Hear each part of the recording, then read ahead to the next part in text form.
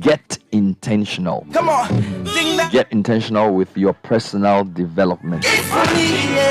Why?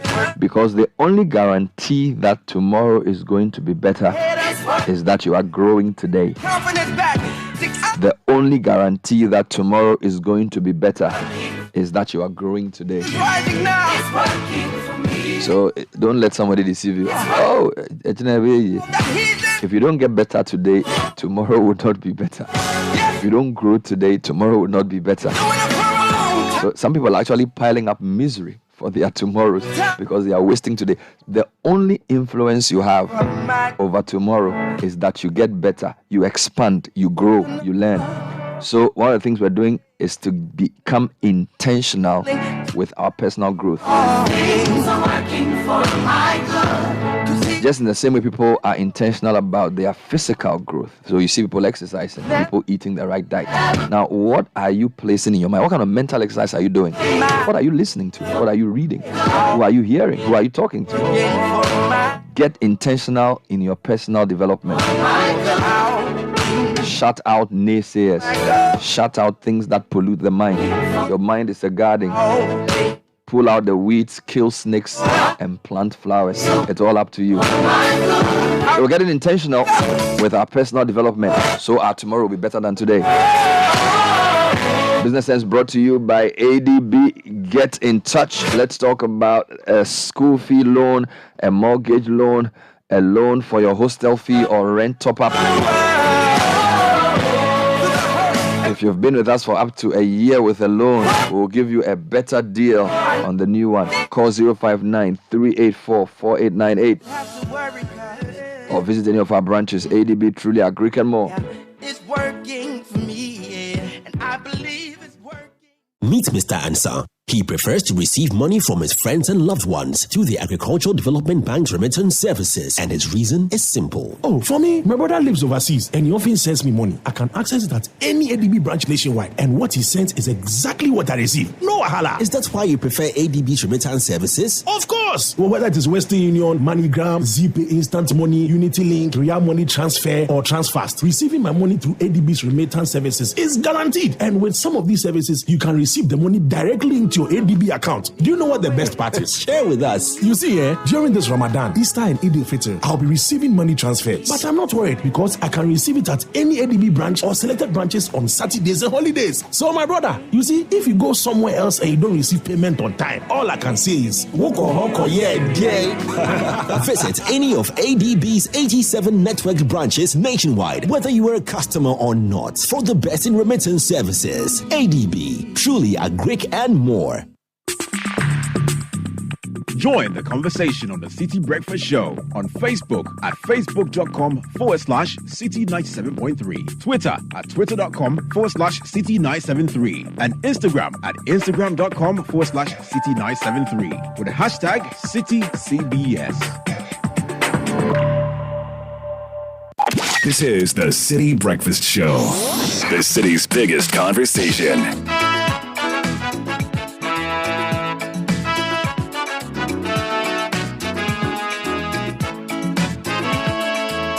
The Citi Breakfast Show.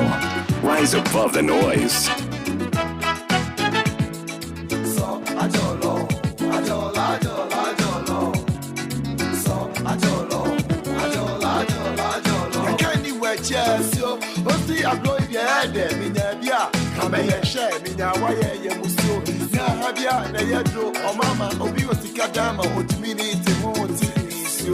We confess you, one papa na bene wa, with the boss one Sika kasa, Sika what to me, Sika ya dear, yes, so bad when you to was the Cobo and I beg now, but my Christ. Now, we're so face the world of all right. I'm up for the work at the end, Papa, would you? Why nice? Near Bessie, and when you're a show be a Famonia Meso, Unya, and Kaya, as soon as as one first Sika, don't want and found one, Tosika, Lord Kenya, where they may go, Senior, see, is all Magnetica, baby, but me to be never won't you go. Oh, see, come for Fane. Magnetica, baby, but me to be never won't you go. Oh, see, come for Fane.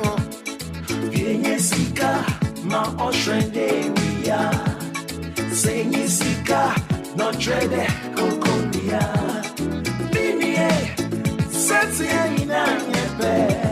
Sika Zenibia, no Sika, Bom Fano.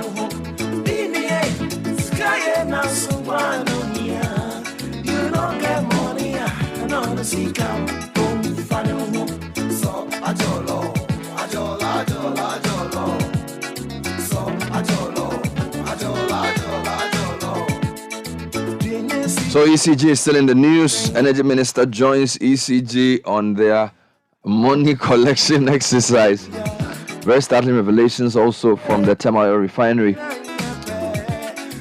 Over 2 million cedis worth of fuel gets lost while the workers plan to strike.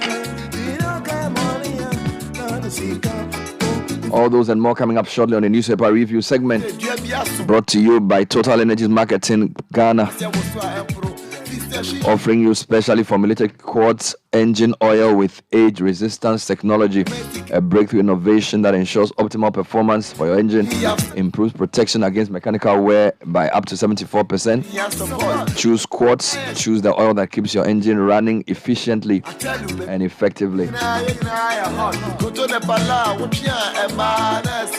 All right, so getting straight into the segment, I have Nathan Kwao here. Good morning. Hola, good morning. And Richard Sky as well. Welcome, bro. Hola, good morning. How are you doing? Nathan the polyglot. Yeah. Yeah, Charlie, we did the sister. The sister makes some way, but Charlie, how you gonna do it? We did inside. Yeah. If we broke or you no broke, we did inside. They say some oil is missing somewhere. Yeah. Every time something is missing in Ghana. What else is missing? They say some oil for tour. According to the minister, Yeah, so they've been auditing some of the, Thor is now what they call an exalted tank farm. So because of their storage capacity, people bring oil and keep it there. And now one safe they can't find. So the minister for 8 months a committee has been looking for the whereabouts of the oil. 8 months. Yeah. Oil go, they put cocaine for police headquarters. But these are long time matters. No, I'm just giving you. It's just listing things that get lost. things that get. They put Bakui in the care of the Ghana Police Service. The Bakui just woke up one morning and just walked away. Computers have gone missing in departments of our government agencies. Yes. Now oil. Yeah, but the oil, they will find the culprits. They'll find it. They will get them. They will catch them. Meanwhile, the top people say they want to do demonstrations. Yeah, they say they are striking. They want to strike. Charlie. They are not only people striking. Senior staff of universities in Ghana also threaten nationwide strike over that thing. Charlie, we the people of Ghana. Yeah. Sometimes it's not just leadership. We the people of Ghana are part of the problem. We are more diabolical, Charlie. They are just chopping things and stealing things. Charlie. Anyway, so let's start with the graphic. The Daily Graphic has this morning political capture of media rescue, according to a report by the Media Foundation for West Africa. No, it's not them alone. It's actually the Department of Communications And so in collaboration with people, including the Media Foundation. Okay. Also, GRA, SML, Ghana expand revenue audit. Also, there's something here that says COA company partners 3 institutions for skills development. And the president has inaugurated a police barracks at Kwabenya. Beautiful, beautiful, beautiful infrastructure there. The Ghanaian Times also has that story. President inaugurates 322 housing units. Other stories: alleged treason trial. Witness denies manufacturing guns for coup. Economy expands by 3.1% in 2022. That's according to the Ghana Statistical Service. And of course, the police once again urging NDC and NPP to allow them to work freely. Let me take you to the Anchor newspaper. ECG staff reject MD's one-man proposal to outsource debt collection to private companies. The Herald carried the story yesterday. Also, we're told Mohammed's son ditches football for politics, hits campaign trail with the father. Also, we're told more Ghanaians suing government for medical negligence, according to the health minister, who we heard on the news this morning, also lamenting the state of the National Health Insurance scheme and the cuts used. Also, President commissions 312-unit housing edifice for police, but citizens express fear for maintenance. Okay, the Chronicle also has that same story. Their headline says Aviation City project is a done deal as a new police barracks is constructed at Kwabenya. Another story is NDC writes to Council of State over new EC appointments. All right. And let me take you to the Daybreak newspaper. NDC hunts for MPP guru's assets. Also, hungry jurors snub court over unpaid alawa system. Or do some way, Charlie. Akufo-Addo again commissions newly constructed police barracks at Kwabenya. And NDC FEC splits over Keche's wife's qualification. All right, the new crusading guide will obviously have the police barracks or the police infrastructure story, but they have other stories as well. Alan Trematin meets Chief Imam Muslim community for iftar. Dr. Da Costa says, I'm the best to lead Kumewu constituency. Gold for oil policy in limbo. Okay, and then they say, Ayikai Dobolo chieftaincy land disputes. Ni Amud Dodu vindicated after 10 years. Charlie. And then the Business Finder, they also have the police story. Fair Wages is also here, and Fair Wages is saying payroll cleanup can save Ghana 10 billion cedis annually. And WTCA General Assembly, over 500 delegates coming. Let's move online. CityNewsroom.com will purge Ghana of criminals. IGP assures. Harry Yamson says securing IMF bailout won't fix the economy. Also, Mahama slams Akufo-Addo for assenting to 3 new taxes. And Tor MD is warning workers, you will be punished if you participate in illegal strike. Meanwhile, senior staff of Universities of Ghana threaten nationwide strike. That's also on citynewsroom.com. And then Napo leads ECG to retrieve its debts. And then ECG is a lot of ECG stories. ECG reconnects GBC's Ashanti Regional Office. And then the MD says we will not negotiate with firms or homes owing as before disconnection. Now, if you go to myjournalline.com, ECG is still in the news. It says, even if you pay, we will still prosecute you. This is the ECG. The big guy, Charlie. The murder people are paid, right? Yeah. Now, he's a lawyer, so you can a couple more stories. Ghana cited as major transit point for illicit gold trade. This is a report. Ghanaian media is not financially viable, according to the report you are referring to. And then economic instability. We have been indisciplined. We don't learn from our mistakes. IEA to government. That's Dr. John Kwachi. Now, if you go to a few other places, the big story globally is that at least 78 people have been killed and dozens injured in a Ramadan charity event stampede in Yemen. So that's the big story. Also, people are fleeing Khartoum as ceasefire attempts fail. So Sudan is also in the news. And then there's an interesting story here on Al Jazeera's website. Chinese state media slams hype about India's population boom. That was interesting. Chinese state media is not happy. Now, let me also ask you guys a question. So check the numbers. How many days has Russia and Ukraine been at war? This, I think, it's a year and 2 months. I'll give you time. When we finish the show, you can let me know. It's over 400 days. 421 days of fighting. Yes. Let's watch it. Sky, okay, let me start with who? Yes, you want to talk about the police. Yes, the new barracks. Yes, is it 332? Yes, they have lovely new places to live now. This is on page 12 of the Ghanaian Times, and the story is written by Claude Nyako Adams. And it reads, President Akufo-Addo yesterday inaugurated a 322 housing unit barracks for the Ghana Police Service at Kwabenya in the East Municipality in Accra. The units, which is the first phase of the project, was developed together with other amenities, including a school, clinic, AstroTurf football field, tennis court, standby generator, police station, fuel filling station, and a workshop enclave. The new barracks complex was constructed through a public-private partnership between the Ministry of Lands and Natural Resources, Ministry of Interior, Lands Commission, and a private developer, Unique Development Company Limited. The president said the project was in line with the government's commitment to providing decent accommodation for security personnel in the country, improve their welfare, and enhance their capacity to serve the nation more effectively. Well, the IGP speaking at that event made a promise that they will rid the country of criminals. That's quite strong talk. The IGP, Dr. George Ekufu Dampare, has given the strongest indication yet of his resolve to ensure that the country is purged of criminals. Now, Dr. Rampari said with the help and assistance of other security agencies, the fight against crime will be relentless. He gave the assurance yesterday during the commissioning of the police barracks at Kwabenya.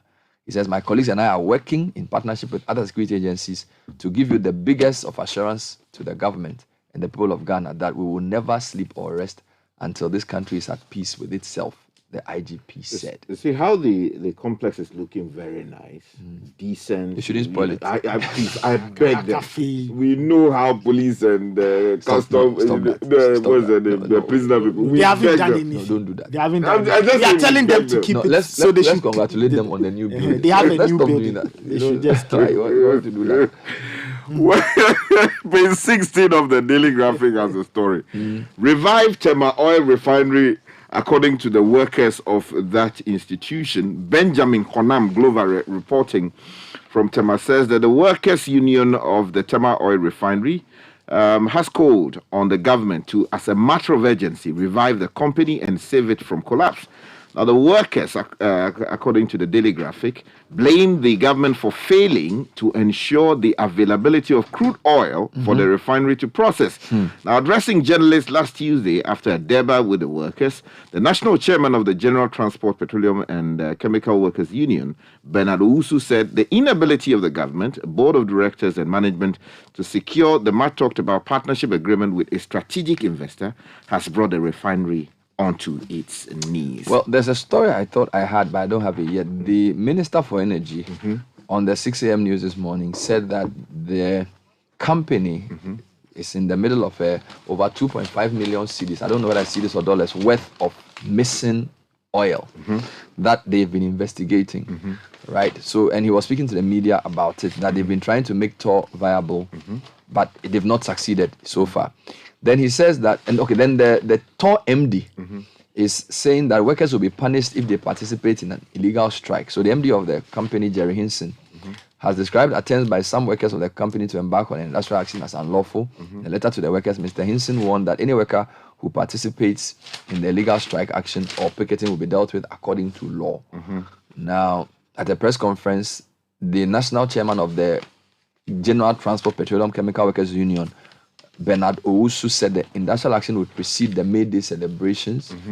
And then they spoke about, at the time of ongoing financial distress and debt restructuring, significant benefits of the magnitude in an essential economy such as petroleum product should be top on the national agenda. So they were asking the government to revive Tor, to make sure that Tor is working. Meanwhile, the government says, we've been trying to even give you oil to store. You are not storing. Some of you are stealing it. So I don't know. We probably will have to discuss. Then just still on the energy sector, two quick angles for you. The same minister led ECG to retrieve debts. So yesterday, the Minister for Energy, Dr. Mateko Prempe, says he fully supports electricity distributor ECG in their quest to retrieve every peso owed the company. This, according to the minister, is part of overarching efforts at ensuring that the company remains viable to deliver efficient service to customers. Then the MD himself, he says, will not negotiate with firms or homes owing us before we disconnect. He was speaking on face-to-face on Tuesday. Mr. Samuel Dubik Mahama said the company had given its debtors enough grace period. This is the last week of the exercise. Nobody is taking excuses. If you haven't paid, the conversation has gone on for far too long. If you don't pay, you'll be off the grid. The warning starts. I really hope other government agencies are learning from this. No, but to be able to raise over 2.5 billion. And it's like a lot of people who run government agencies, they don't care what happens to government resources. But ECG people are taking this as if their own property. And I think this is the way to go. Correct way to go. That if you don't pay us, we'll cut you. Yes. ECG, this one there, you Charlie. Very soon they will cut open us. Talk about the ECG. Who is that? They are in pitch. No, but they have not left any stone unturned. The universities, hospitals, everybody who hasn't paid, if you don't come, they will catch you. Yes, even GBC's Ashanti Regional Office. Yes. Our own GBC. And then also the Central Police, the Central Police in Kumasi. Yes, they said they illegally did some connections. So it wasn't just the Osu one. Okay, Nathan. So ECG is also on page 7 of the Chronicle, and they say they are negotiating with the GRA to offset about 600 million cedis of its tax obligations to the state. The company tends to write off the debt of some sensitive public sector institutions that have accumulated over the years. Mr. Samuel Mahama, who's MD of the ECG, said this in an interview and said the amount would still not be enough as, quote, we owe GRA over 1 billion cedis in taxes, end quote. The ECG has so far retrieved about 2.5 billion cedis out of the 5.7 billion debt it intends to recover from a month-long revenue mobilization exercise. Let me just quickly mention that the Anchor newspaper apparently repeats, not exactly word for word, some angle of the story done by the Herald newspaper yesterday on ECG staff rejecting the MD's so-called one-man proposal to outsource debt collection to private companies. Now, the argument basically of the workers is that if we on our own have been able to retrieve about 50% of what's owed us, that's far, why should we outsource the responsibility Maybe to a private company? the company thinks the money may go into private pockets. They don't have a system for managing the collected debt.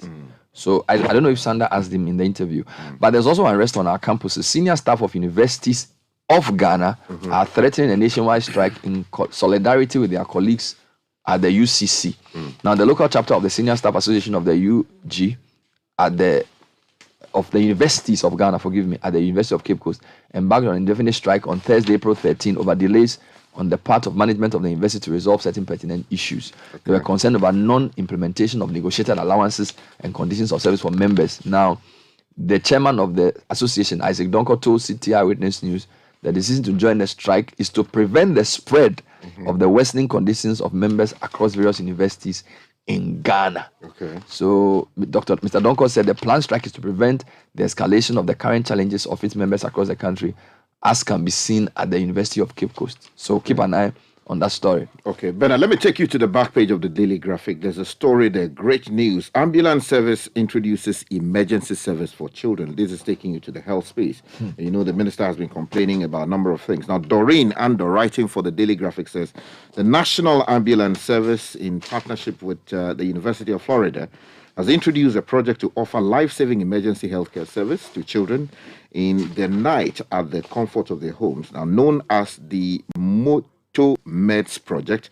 It offers pediatric night-time telemedicine and medication delivery service that provides effective treatment to young children in need of healthcare service when healthcare is difficult to access. Now, the project, which is also being supported by the U.S. government through the United States Agency for International Development, USAID, aims to prevent children with pre-emergency health conditions from progressing to emergencies or preventable deaths. I want to commend this program, but I just want to say that, a lot of times we come up with these nice things and the staff of the organizations mess it up.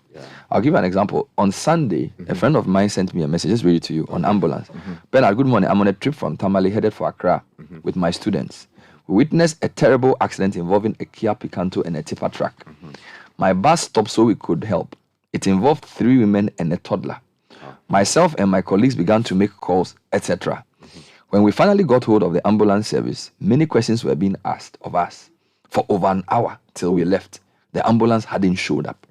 A police pickup which was passing by returned, and we helped put them in the vehicle to be conveyed to a hospital.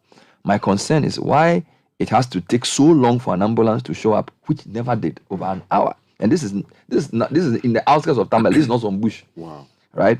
The accident happened at Modern Star International School, 23 minutes from the Tamale Teaching Hospital. 23 minutes from. So you see, you go and sign. What are they signing? No, this is some partnership with the. So the people at the top there, they will do what they have to do. But when many have money or Tony, they are 1 hour. 1 hour. And this is 23 minutes from Tamale Teaching Hospital. Yeah, when response time should be ideally not more than 5 minutes. So they don't care. Sometimes they say buy fuel. So the system, you are right. You see, the system, the Ghana people, they are corrupting the system. I'm sure if you call the MD cry, you say, Charlie, he's going to sign this nice thing. To save lives. Ambulance service introduce energy. In fact, you should pray the staff don't sabotage it. You should pray hard. Anyway, let's go on. Okay. If you go to the Business Finder, you're talking workers and all. Fair Wages and Salaries Commission says the government stands a chance of saving about 10 billion cedis if the payroll cleansing exercise is completed. According to the commission, from last year to the first 3 months of this year, it undertook a preliminary monitoring in collaboration with the Internal Audit Agency, which covered about 58 public institutions. The commission explained that if the 58 institutions were to represent the total public sector, 22% of the wage bill might be made up of unearned salaries. So that's the lowdown for. Okay, so let's stay with the matter of pay and compensation. I'm taking you to the Daybreak newspaper. Page 3 of the newspaper has a story. Troubling. Hungry jurors snub court.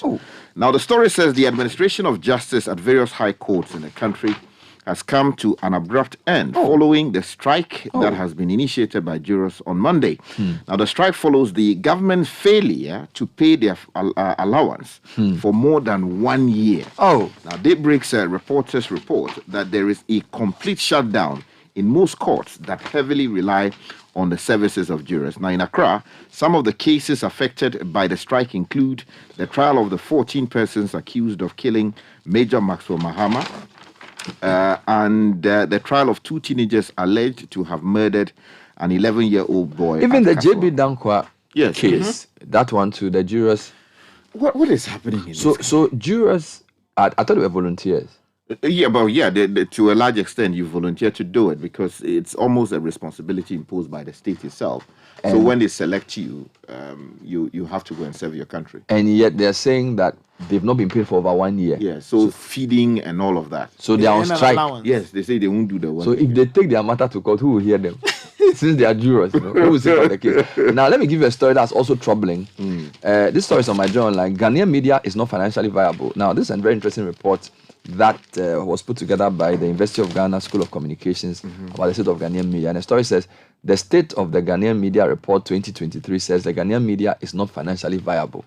According to the report, the media industry is too heavily plagued by saturation, the cost of doing business in Ghana, dwindling advertising budgets, including capital flight into social media platforms, the after effects of COVID pandemic, and fast evolving technological change to be considered financially healthy. So when you look in your pocket and you're not seeing money, this is the reason. The study noted that the financial health of the local media is patchy at best. It added that although there are clear signs of healthy indicators of financial potential, there are equally pressing challenges to viability. Factors situated within the structure of the local media scene, the COVID-19 pandemic, the state of the local economy, and the fast pace of technological evolution both hurt the financial health of the media in Ghana. He went on to state that while media strives to be financially viable, the efforts are also countered by the cost of doing business in Ghana's post-COVID economy. Charlie, I like this part. Like all businesses in the country, media organizations are finding themselves at the mercy of forex rate-induced fuel. We use generators, utility and retooling costs, which have become a constant drain on incomes. Most of our equipment are imported. As these and other costs increase, the capacity for media to adequately resource and remunerate employees to engender professional practice reduces.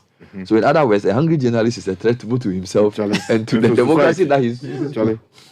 Please, I'll read some highlights of the report. Yeah, very good work done by the University of Ghana's School of Communications and Sky. Yeah. For me, I think this report calls for a rethink of how we are organized as media organizations, because it's very, very difficult to run media organizations in Ghana. Many of them are collapsing. That's right. And those who are even surviving, Charlie, is not easy. So, and Bernard, plugging into that, the editorial of the Daybreak newspaper basically deals with that matter and says, launch of Ghanaian Media Report 2023 must help reignite the sector, and it's an important read. I also give you another one, another report. So this is again my journal. Like, Ghana has been cited as a major transit point for illicit gold trade.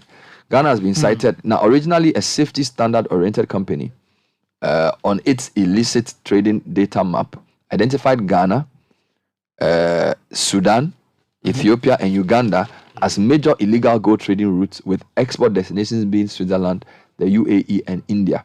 In its report on the global illicit economy, originally, that's the name of the company, noted that local gold refineries are being extensively used to launder gold from illicit sources in an artisanal mining sector involving several million people, forced labor, and high risk.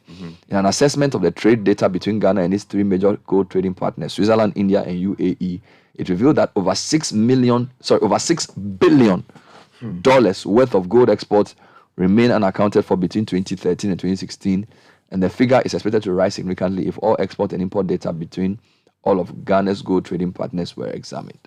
Bernard, let's still remain with matters of illegal stuff because the Daybreak newspaper has a story on page 4. Chamber of Automobile Dealership Ghana calls on IOCO to suspend seizure of 95 cars. Now, the Chamber of Automobile Dealership Ghana has called on the Economic and Organized Crime Office, IOCO, for the immediate suspension of the order to seize some 95 luxurious vehicles.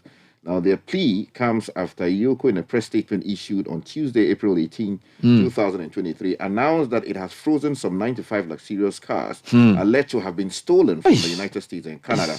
IOCO has since warned individuals in possession of such vehicles to surrender them, heightening hints of a crackdown on illicit activities in the automobile industry. Charlie, why are we doing this? Guy, Nathan, I got the story that you were looking for. I just want to read it for you. So, $2.5 million worth of crude condensate missing at all. This is citynewsroom.com. 2.1 billion? Million. 2.5 million. 5 million. The Minister of Energy, Dr. Mateko Prempeh, has disclosed that some $2.5 million worth of crude condensate has gone missing at all. The minister explains that his outfit secured the deal for the company in the premix sector, but $2.5 million has been lost and is left unaccounted for. Quote, I gave Tor a new business opportunity in the premix fuel market, that all the condensate from Ghana gas should be used for making premix fuel. The last time I heard, over $2.5 million worth of condensate had gone missing at the company. His comment followed an appeal by workers to government to revive the refinery. Reacting to this, the minister said government is doing all it can to revive the company. Meanwhile, workers of the refinery are demanding the dismissal of their MD. So every MD, they want the MD to be dismissed. Charlie. The system, man. So, I spoke to you about a country cannot be financially or monetarily sovereign if it's not food sovereign and energy sovereign. And this Tor situation is at the heart of our energy problems. Yeah. And it's almost like whichever government comes, Tor people will sabotage you because they admit themselves as and Kotoko.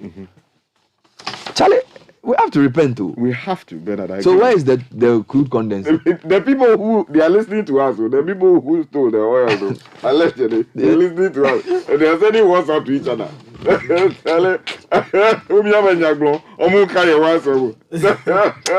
this guy, that is serious.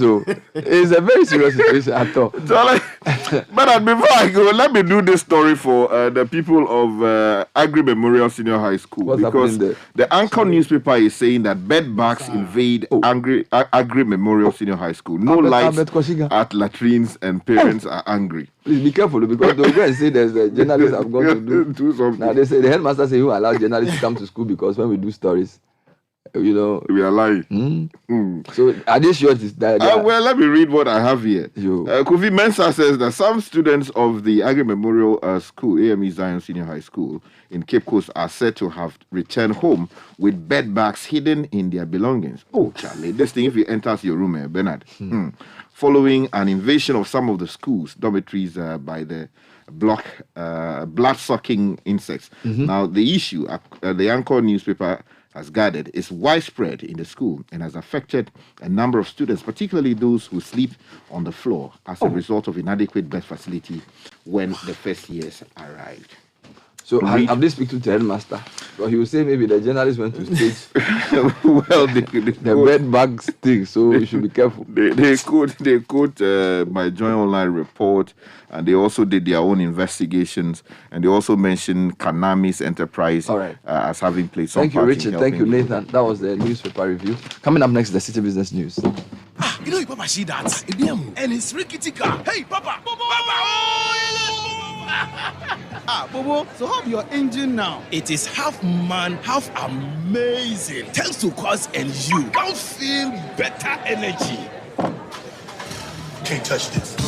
Actually, guys, so Sancho's engine just died like that? Yes, so somebody managed to convince him that there is a better engine oil than Quartz, and he switched. Sancho Panza. Now, which engine oil can be better than Quartz? No other, my guy. Quartz with its age-resistant technology, it keeps your engine younger for longer. Now you know. Have you guys seen the new bottle design? It's superb. Quartz 9000 from Total Energies there improves fuel efficiency. Why do you think Mr. Mane and Logoso have taken the Quartz Nation movement World Cup like that? Sorry. Quartz. Keep your engine younger for longer. This is the City Breakfast Show, the city's biggest conversation. City Business News next, brought to us by Goyle and MTN. Michael Ogbodu is here with the news. Good morning, Michael. Good morning, Bernard. Hello and welcome to the breakfast edition of City Business News, proudly brought to you by MTN Goyle and powered by your most comprehensive business news website, citybusinessnews.com. Coming up, over $2 million worth of crude condensate reported missing at the Tema Oil Refinery, and the Ghana National Chamber of Commerce and Industry warns new tax bills could cause business collapse.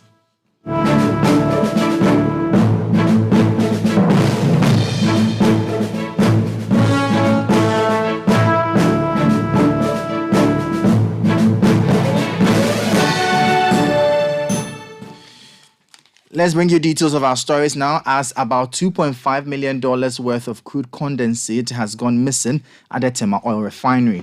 This was revealed by the Minister of Energy, Dr. Matthew Poku-Prempeh, who indicated that his outfit secured a deal for the company in the premix sector, but the said amount has been lost and remains unaccounted for.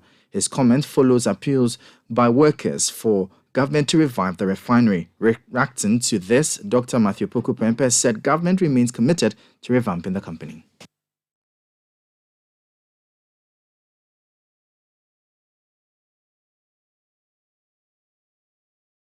Give TOR a new business opportunity in the premix fuel market.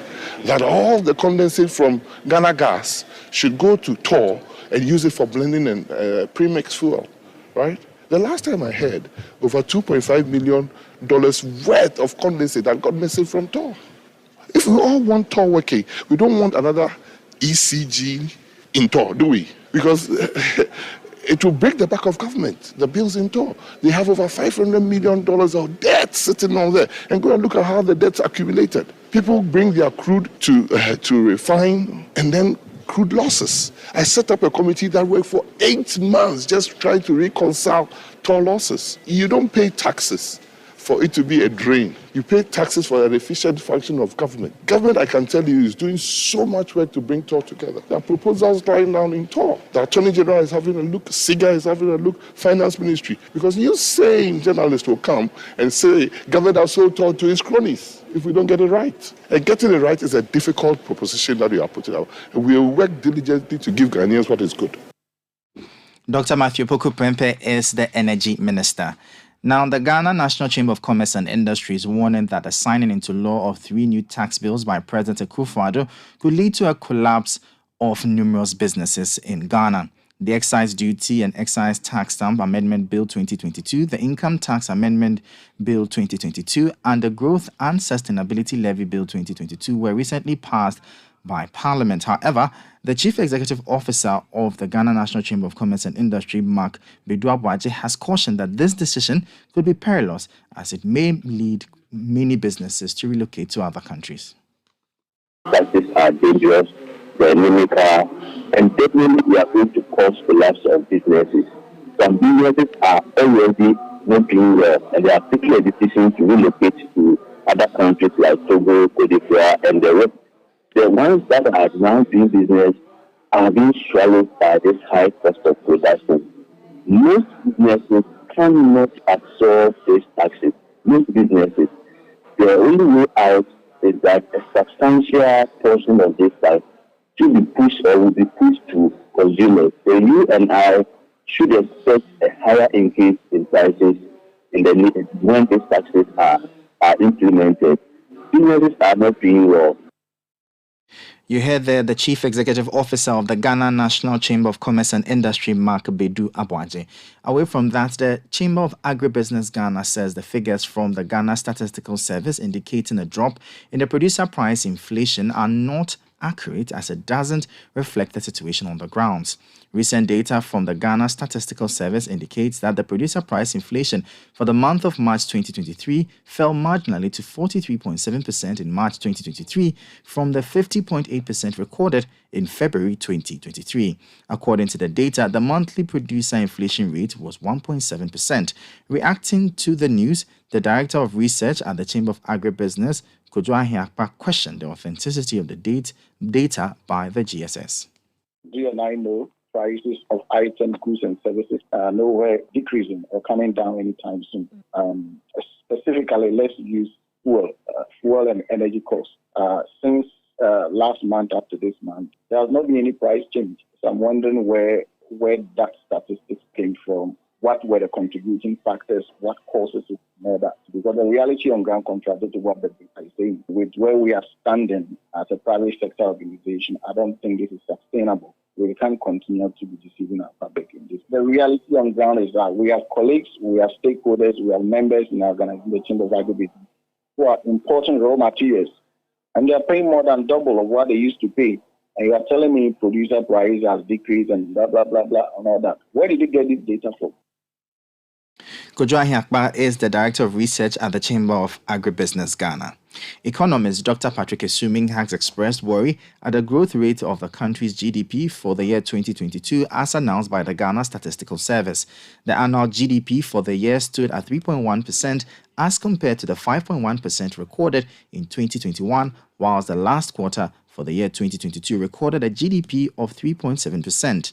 In an interview with Citi Business News, Dr. Patrick Esuming called for more drastic measures to turn around the contractions recorded in the various sectors of the economy. I think it's quite disappointing that the growth slowed down about 2 percentage points from what we had last year. In some sense, this was expected given the year that 2022 was. We definitely expected that the growth rate would be lower, but it's still a little lower than what the government itself had expected. I think what is more worrying is the number of different subsectors that saw a contraction, that is negative growth. So if you look at the industry subsector, for instance, with the exception of mining and quarrying, every sector had negative growth. Manufacturing had negative growth of negative 2.5, which is worrying. And if you go to the services, you also saw professional, admin, and support. Economics Dr. Patrick Esuming speaking there. As part of efforts towards mitigating the impact of fire outbreaks in markets across the country, the Ghana Union of Traders Associations GUTA is in talks with some insurance companies to secure tailor-made packages for its members. Several market centers have experienced outbreaks causing significant losses amounting to hundreds of thousands of cedis for many business owners this year alone. According to Dr. Joseph Obeng, president of GUTA, the organization is making every effort to ensure its members obtain the required insurance. He made this comment while speaking to Citi Business News. We are in talk with two insurance companies because first we are seeking for affordability of the premium charge. First it was being overpriced because they think that those areas are high risk areas and all that. So then we have to come in, do proper negotiation with some banks, and we are almost through to sign the memorandum. Dr. Joseph Obeng is president of the Ghana Union of Traders Associations, GUTA. The head of Trade Facilitation and Customs at the AFTA Secretariat, Madame Demeter Jiang, has stated that plans are far advanced for the introduction of a policy for transport and logistics under the AFTA agreement. According to her, the success of AFTA largely hinges on an effective transport and logistics regime that can support trade among member states. Speaking during a visit to the Ghana Shippers Authority, Madame Demeter Jiang noted that the move was part of efforts at strengthening the bond between the two organizations to enhance trade facilitation on the continent. We've also decided to carve out a place for transport and logistics because transport and logistics in the consultations that we had done had come up very strongly as an area that we really need to see how we factor in their deliverables into the AFCFTA because without effective transport and logistics, we will not be able to achieve our goals. That was the head of Trade Facilitation and Customs at the AFTA Secretariat, Madame Demita Jiang. On the interbank foreign exchange market, where banks trade amongst themselves, the dollar is selling at 10 cedis 94 pesos. It recorded no price change. The British pound gained 7 pesos and is selling at 13 cedis 60 pesos. The euro gained 6 pesos and is selling at 12 cedis. However, at some forex bureaus in the capital, the dollar is selling for 12 cedis 10 pesos, while the British pound is selling at 14 cedis 70 pesos, and the euro is going for 13 Ghana cedis. Let's now join Mark Jordan Sikanate of Data Bank for the latest updates on the bonds market. Trading activity in Government of Ghana bonds gained momentum, improving total volume traded by 36% to 58.5 million Ghana cedis at the close of market session on Tuesday. The 4-year new bond-dominated trade, contributing 85% of the market turnover. The Data Bank bond index retreated to 97.8 points with an average yield to maturity of 9.53%. On the Ghanaian money market, the Treasury seeks to raise 1.96 billion Ghana cedis across the 91-day and the 364-day bills. The uptake will partly be used to refinance maturing bills worth 1.75 billion Ghana cedis. That was Mark Jordan Sikanate of Data Bank. And that does it for the breakfast edition of City Business News, proudly brought to you by MTN Goil, empowered by your most comprehensive business news website, citybusinessnews.com. My name is Michael Obodu. Thank you for listening. As always, please stay safe. If home is where the heart is, then let's go home, shall we? Let's go where the entertainment is, where the passion is, where the laughter is, and sometimes even the tears too. Let's go where we feel safe enough to share our opinions and send tweets, where we do that embarrassing little dance to our favorite song. Let's go home where the love, the care, and the joy live. There's no place like home. Connect your home to super fast internet with affordable data bundles from MTN Home. Visit broadband.mtn.com.gh or your My MTN app to sign up today. MTN. I nearly gave up on driving out of frustration. What hadn't I done? Purging, replacing electrical parts, changing my fuel pump, and still, the engine noise in my car won't stop. Then I met this guy who said I should try Goil Fuel. By the way, my name is Thomas. I did try Goil Super XP Ron 95. Now my car is renewed. Yankonkwa! Goil stocks only higher grade fuels, further enriched with XP3, multifunctional enhancer, more efficient, eco-friendly, and at no extra cost. Available at every Goil station. Ajibebia. Goil Super XP Ron 95 and Diesel XP. Higher grade fuels, excellent for modern engines and all vehicles. Goil, good energy. Yeah, Join the conversation on the Citi Breakfast Show on Facebook at facebook.com/Citi97.3, Twitter at twitter.com/Citi973, and Instagram at instagram.com/Citi973 with the hashtag CityCBS.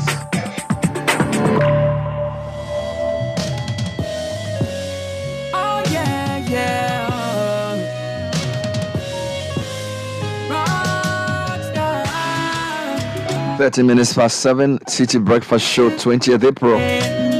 Kickoff is next, brought to us by Lesheho. For over a decade, we've been supporting investment goals of customers with attractive solutions. A safe haven for depositors who value security and competitive returns is what we are.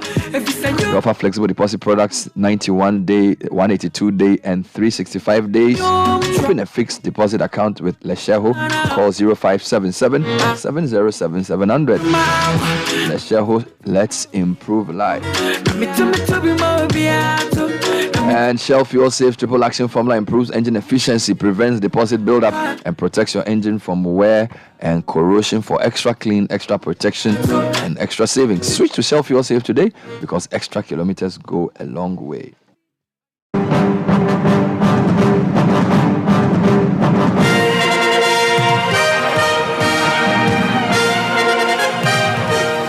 So Nathan is joining us for kickoff on Thursday. Welcome again, Nathan. Thank you so much. In the headlines, we hear from the GFA planning to support the Black Starlets so they can achieve big things.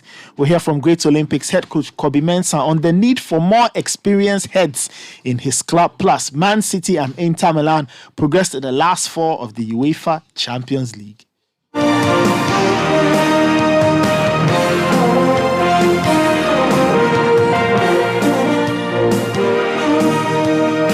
And let's start off with the under-17 team, the Black Starlets. They were in Switzerland a few days ago to play in, or in Serbia rather, to play in a UEFA under-16 developmental competition. They won. They managed to get past Serbia, Spain, and Switzerland. And so GFA's Executive Council member, Dr. Randy Avle, is optimistic concerning the team's potential. Now, like I said, the team won that under-16 developmental competition. And Dr. Randy Avle has been telling City Sport that the GFA is prepared to support the under-17 team to give them more opportunities so they can achieve big things for themselves and for the country.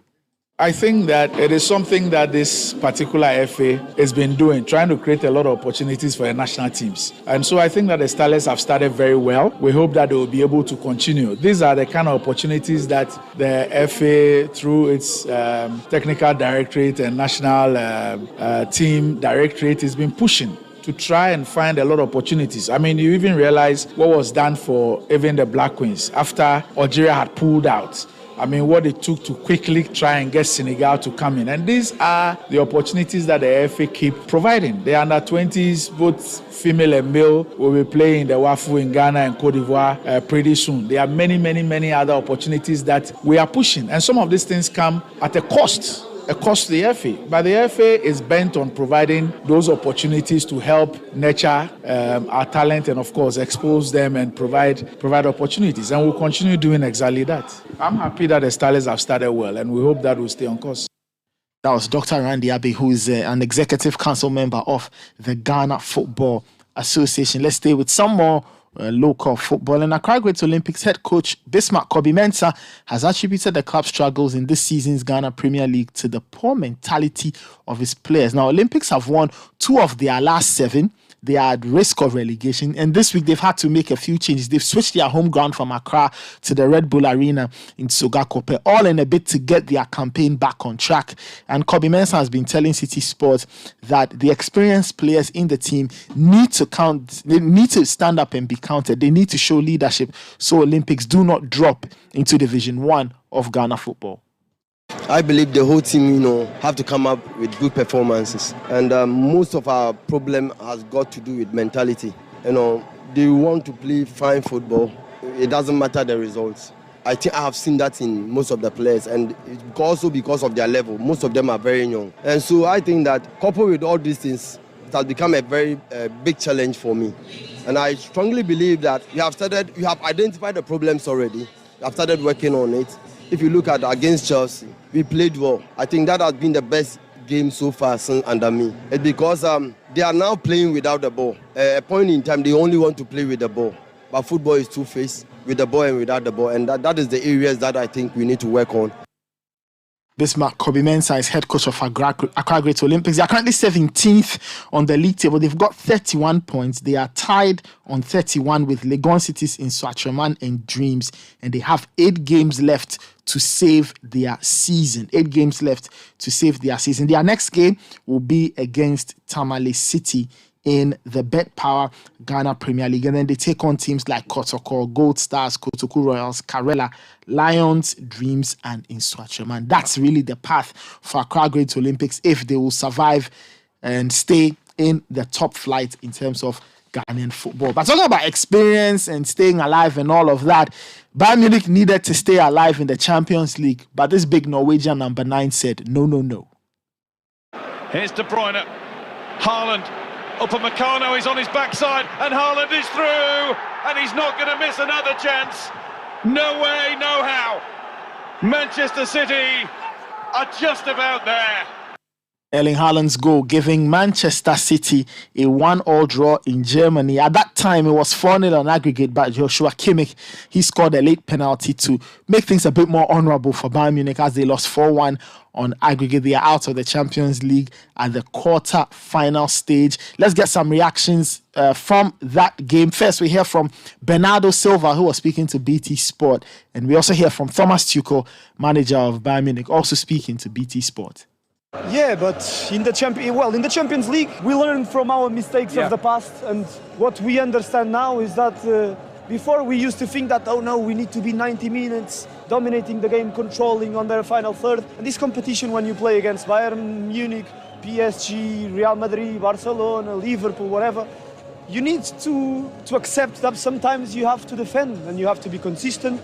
You have to work hard not to give them easy chances. And that's what we've been trying to work on in the present, because in the past we've had a lot of frustrating nights because of that. Well, Thomas, you threw plenty at Manchester City in that first half. You just couldn't get that early breakthrough, could you? Yeah, not only early breakthrough, the breakthrough in general. I think we threw a lot at them, not only in the first half, but through all the 4 halves. And we got all for less for it, not to say nothing. That is on one side disappointing, on the other side it's okay because of the performance and the way we played. We asked a lot of questions. And we had chances to bring it to our side, but we didn't get any momentum in both matches. It was tough, and that's why we need to congratulate today. Bayern Munich manager Thomas Tuchel there. Before him, you heard Manchester City's Portuguese midfielder Bernardo Silva. The other quarter-final that was played happened to be at the San Siro between Inter Milan and Benfica. Game ended 3-3. Chaotic ending. Benfica tried to claw their way back into the tie. It did not work as they lost 5-3 on aggregate to Simone Inzaghi's Inter Milan. So the quarterfinals are over. The semi-finals have been set. It's a Milan derby in the semi-final for the first time since the early 2000s as Inter Milan face AC Milan over 2 legs, and you have Manchester City taking on the mighty Real Madrid over 2 legs as well for a right to play in this year's Champions League final. Let's stay with some more European football and Europe's second-tier club competition, the Europa League.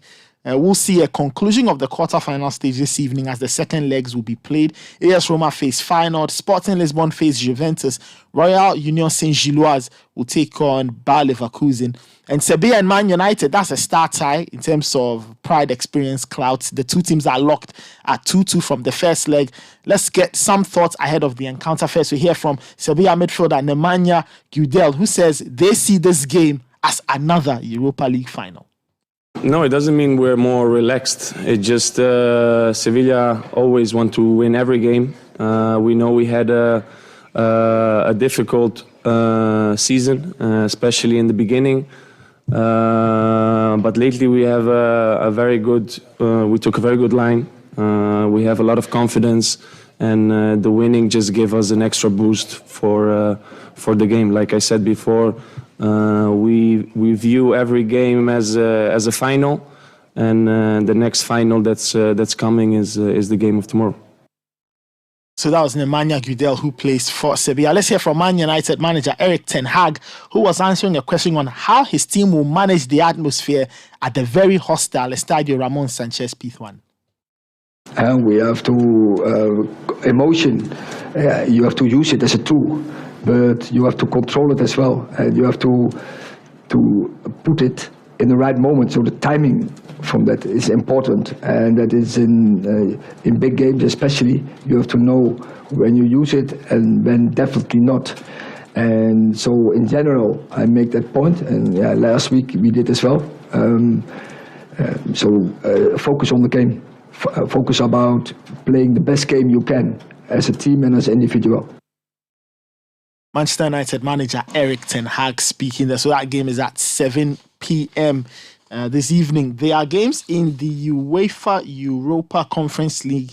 West Ham will take on Ghent, Nice face Basel, Fiorentina face Lech Poznan, and AZ Alkmaar take on Belgium giants Anderlecht. Let's end with some basketball, and the playoffs are still going on in the United States. The Memphis Grizzlies, they responded to their opening round loss to the LA Lakers. They won 103-93. The Milwaukee Bucks, who were champions a few seasons ago, they also tied their series with the Miami Heat. They won 138-122. And the Denver Nuggets, they have gone 2-0 up on the Minnesota Timberwolves. They won 122-113. The rest of the playoffs will continue. Golden State Warriors will be at home to the Sacramento Kings. They are 2 down. Can they respond, or will they get eliminated from the series? We wait to see. But that's how we end this morning's edition of Kickoff. My name is Nathan Kwamini. Thanks for listening. There's more sports on citysportsonline.com. We've got more news for you in our subsequent bulletins on TV and on radio. Kickoff proudly brought to you by Lecheho and Shell. Do have a fantastic day. Stay safe. Take care and bye-bye. Extra, extra. Let me tell you all about it. Hey, Dolomistic. You and this your extra thing. I beg, tell me about it. Abenquine, look, extra is what you and your car get when you switch to Shell Fuel Save. Extra protection, extra clean, and extra savings. You get it? Tell me extra. Shell Fuel Save is designed to improve engine efficiency instantly, and with triple action formula that helps protect your engine from wear, corrosion, and deposit, so you get extra kilometers out of your drive. Sir, and you're not extra, good for your engine. Extra, good for your pocket. Extra kilometers goes a long way. Switch to Shell Fuel Save today. Go well.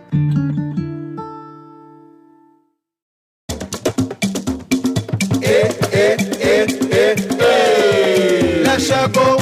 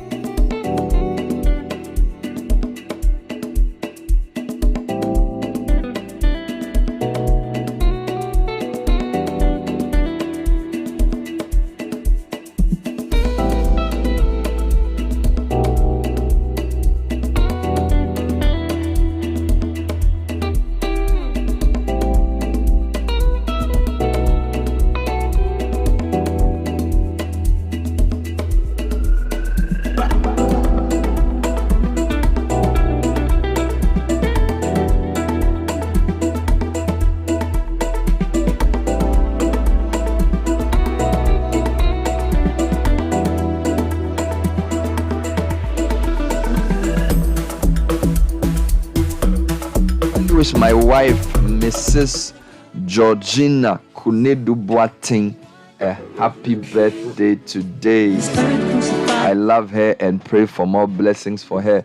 Now, Nathan, you know this one. This is coming in from Bernard Obing Boateng. Oh, yeah. Bernard to his wife, Georgina Kunedu Boateng.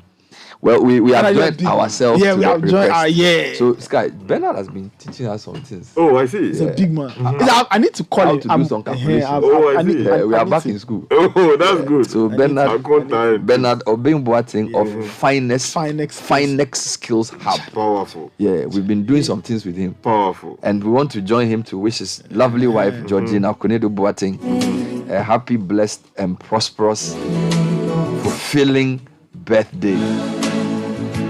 Make it a better place for you and for me and the entire human race. I have a few here. This one says, kindly wish Mrs. Lillian Opong and Nin of the Fidelity Bank, wishing you wealth, happiness, love, health, and all the best things from Pokes and the entire PLC team.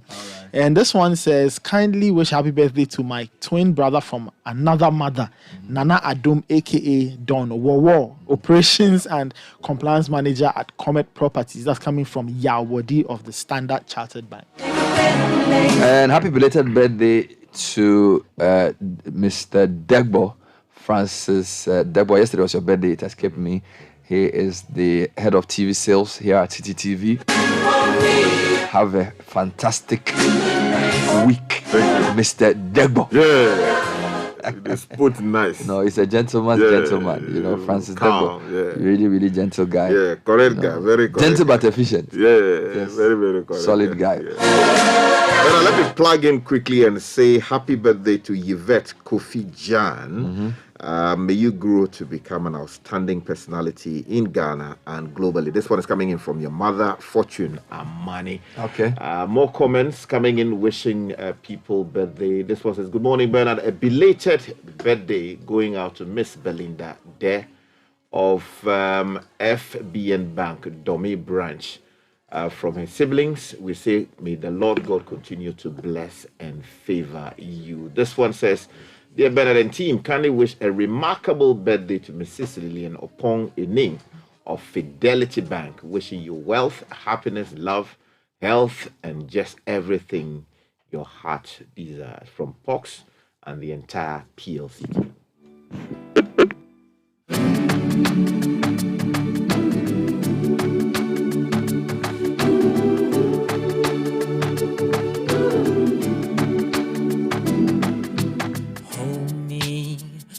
The river Jordan, and I will then say to thee, you are my friend. Carry me like you are my brother. Love me like a mother. Will you be there?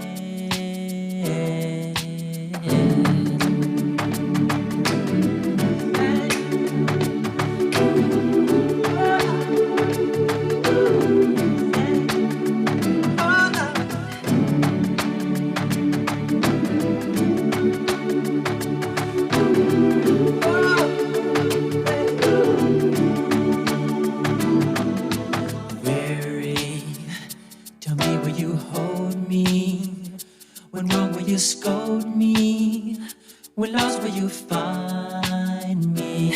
But they told me a man should be faithful and walk when not able and fight till the end, but I'm only human.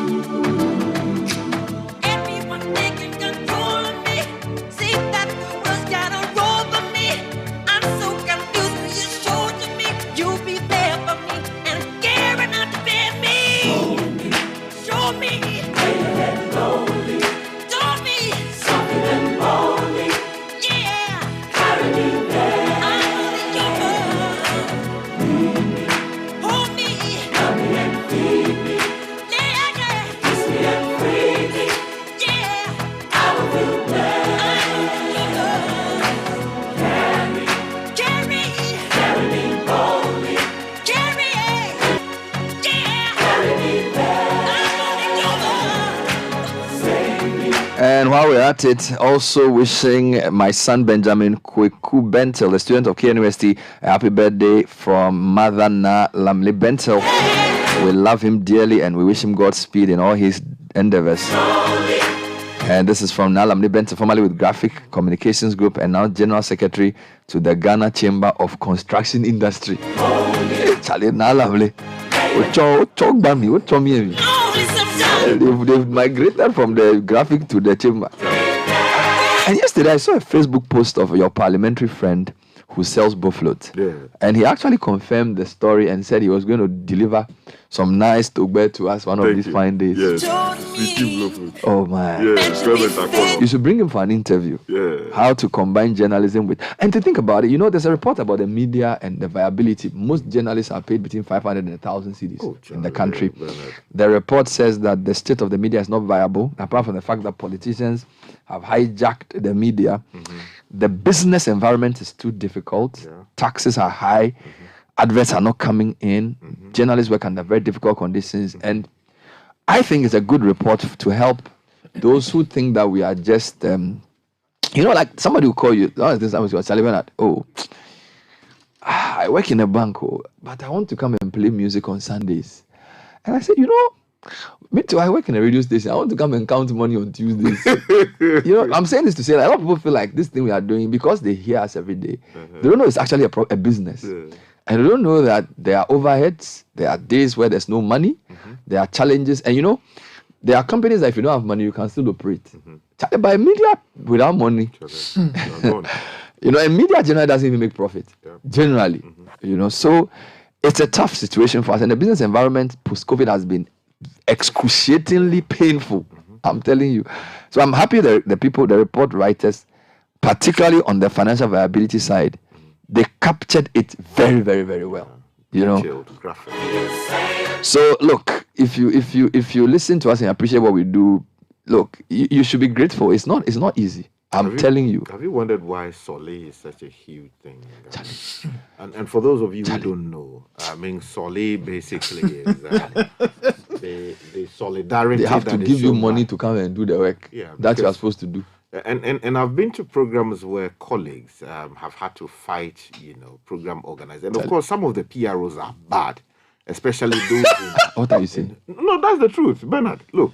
I mean, I will not shy away from the fact that in the Ghanaian media space, Soleil sustains a lot. But if the average journalist is paid between 500 and 1,000 cedis, how is he supposed to survive? So that the man walks perhaps to your event, you invited him, so he comes. These accountants, some of them, who work with the ministries or departments and agencies. So the budget for transportation for the media folks who came, you are to give them, say, 200 Ghana cedis or, say, 100 Ghana cedis. These guys will catch the thing. You edit the Solino and give you 20 cedis. Sometimes they say, we didn't invite you, so we'll give you something. But if they don't invite you, why are you going for event?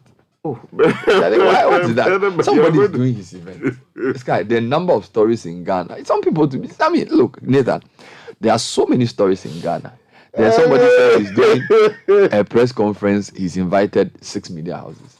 Then you two go say you have come. It's not correct. There are so many news items. Go to the bus station. Go and interview people, truck drivers. Go and talk about land. Why do you force yourself to somebody's program and then demand that they pay you? It's not like sometimes I get There's nothing justified about that. No. I get you. It is true. But some people too. It's not a public event. It's not like, okay, if like Ministry of Information is doing Meet the Press with the transport minister, a journalist can go. Yes. But somebody's doing a private event somewhere, then you go and say you have it. It's not right. But he's covering the event. He's not covering it. And if there's something... In fact, let me tell you, the most important news is not even at events. If you've done journalism for a while, if you go and, if you want, okay, let's assume you want to... But they give you leads. I know, but you know, some of this is just extortion. You are sitting there, you say you have a paper called... give me some name, the educator. you come out once every 3 months. Then you wear some every week as the program that you are coming to cover. Charlie, what is that? Charlie, let's get serious. But you see, I'm saying that, look, there are those side issues, but there are also legitimate issues. Yes, we are talking about underpayment of journalists. I'll read highlights of the report for you. Okay. Which capture what we are saying this morning in a very strong way. Yeah. And I'll actually be talking to one of the report writers later on the show to just give us some context for why this is important and why we in the media and those who are in civil society have to be concerned. Indeed, I think that for many things, government, private sector, civil society, which includes media, are the partners. Right. So if I say government, it's very large. Government. So the people in political authority, parliament, executive, judiciary. Then you have business or private sector. So people who are, they are the people who are the engine. Then you have civil society, which includes, I even include academia, civil society. Because academics produce a lot of research. So like this report, it's civil society that does it. Right. Of course, with support from some donors. And one of the things you need in a democracy is a functioning, viable media. Right? A lot of times, we focus the discussion around just journalism. But the business of media is critical. Even look at the media houses. Look, Al Jazeera, CNN, BBC. These are properly funded institutions. Fox News. All of these, there is a certain financial resource backing it. So whether it's the public paying for the BBC, or it's Rupert Murdoch's wealth, or private corporations for Bloomberg, you cannot run a strong media house. A serious financial backing. That's the point. And here it is set up as some extension of somebody's political kingdom. A lot of the owners have no business agenda. They just want to use it to bargain power in their own parties, or they want to use it to fight their opponents, or they want to establish themselves because maybe they are being accused of corruption. So they need a radio station to also say that, me to have a radio station. And it's sad. And the other problem is that because the pay is so low, a lot of good people leave and go otherwhere. So I'm not saying Alamle left because, she's done her part at Graphic, all right, but she's working at the chamber because it gets to a point, it also gets a bit tiring. Like, especially, the thing about media is there's a bit like a nexus between civil society and business. So you are fighting a cause. Now, you can't come on air and talk like Godfrey talked last week or you talked yesterday if you are not concerned. You can't, it's not something you can do without emotion. So if you do it for a long time and you are underappreciated and you are not seeing change, a lot of people move. So you see a lot of them, they go into PRO for some company, they move into chamber of something, or they go and lecture because it's like, Charlie, I'm tired. Listen, Bernard, it's not just about the Bernard, tiredness. Your job doesn't pay. Human beings are logical, economic. I'm saying a lot of things. So don't just come and... No, Bernard. In the end, it comes down to that. People's needs change. It's not just money. Oh, it is. Oh, so are you telling me that some of the people who've left journalism to go into, say, working in the corporate world is just money? It pays 3 times, 6 times. Yeah. No, I think some of them, they actually get exhausted. Okay, yes, if they get exhausted, they get exhausted. Let me leave this off. But is it only... No. Are you telling me that all those who've left just because of money? Unless it's to start a family, to leave the country, or to venture into another business, which ultimately tends to pay more. Yeah, but you see, the fact that it pays more doesn't mean they left because of money. You see, you have to respect people's reasons. We know that money is a big issue, but to come and sit here and tell me that all those who've left media is because of money, it's even diminishing. You're even diminishing the type of people they are. Honestly. No, Bernard. The guy left the media because he doesn't pay. Bernard. Come on. The reason why I can have this conversation. Hold on. No, I can't. The reason why I can have this conversation is because, kind of like you, I've run media business. And so does that mean that no, because all those who left media because of money? No, so I have hired people the way you've hired people. And people have left my business the way they have left yours. Yeah, but it's not because... we are not saying people don't leave because of money. But I'm saying that, see, when you come and say that most of the guys who have left media is because of money. Yes. What do they end up doing? They do... Some go and lecture. Some go and work in the private sector. Some go into politics. Some go and do law and transition. Okay. There are aspirational issues too. So somebody can come into media because he wants to self-actualize in a sense. He's done it for 6 years. He wants to become a lawyer. And then there are a lot of people who... So it's not... I'm saying let's be nuanced about it. There are different reasons. I am a being lot of it is money. But to come and just say, oh, they all live because of money. Yes, but the point I'm making to you, hold on. Maybe you misunderstood the point I made. Maybe you should explain yourself. I think you should hear him. Maybe you misunderstand the point I'm making. You see, because I'm saying that maybe it is about money. Okay. I'll give you an example of myself. I choose to be a career journalist. You understand? I have other skills. I could be teaching in a university if I want to. In fact, I do. Also doing football. Yes, exactly. That's the point I'm making. I'm doing football because I want to. But I have stayed as a journalist. It's not that my educational credentials mean that I can practically walk into any organization in this country if I want to. But I have stayed so. But I have stayed also because my other skills allow me to earn a certain kind of income. Because as you grow and evolve, your needs change. Like you also say, your aspirations change. Those aspirations go with expense. Yes. No matter what your aspiration is. If my aspiration is to leave journalism and go to school costs money. It's not free. If I'm on scholarship, I have to pay something. I have to feed myself. I have to transport myself. I have to buy books. But ultimately, in this part of the world, which is the difference between us and a Western journalist, okay, where you can have somebody who would have been on the news. Wolf Blitzer has been on the news for how many years? Christian Amanpour has been on news for how many years? Matthew Chance has been on news for how many years? You understand? Who are their equivalents here? Most of them would have left to do PR. One of our most senior ones left to go and do something else. It's because of the scope. You see, that's what I'm saying. That you see, the scope of the industry in those countries allows you to stay. You see, I started talking about BBC, CNN, the size of the organization, the things you can do, the places you can go, the things you can achieve. There's a very low ceiling here. Do you get me? Because the industry is not deep. That's true. So that's what I'm saying, that when you are analyzing it, that's true. You have to look at all of those things. It's not the simple reason of just money. Because there are people who also just feel tired. They don't want to do it anymore. Because it's the same thing. It becomes routine. That's true. They're mundane. Don't you think Wedwa Ibuafo has been offered more money to do other things? But why is he still in media? Why is Wedwa Ibuafo still in journalism? I'm sure. That's what I'm saying. So there are people who they find new ways. Well paid. Yeah. When you work at graphics. Yeah. But you see, let's not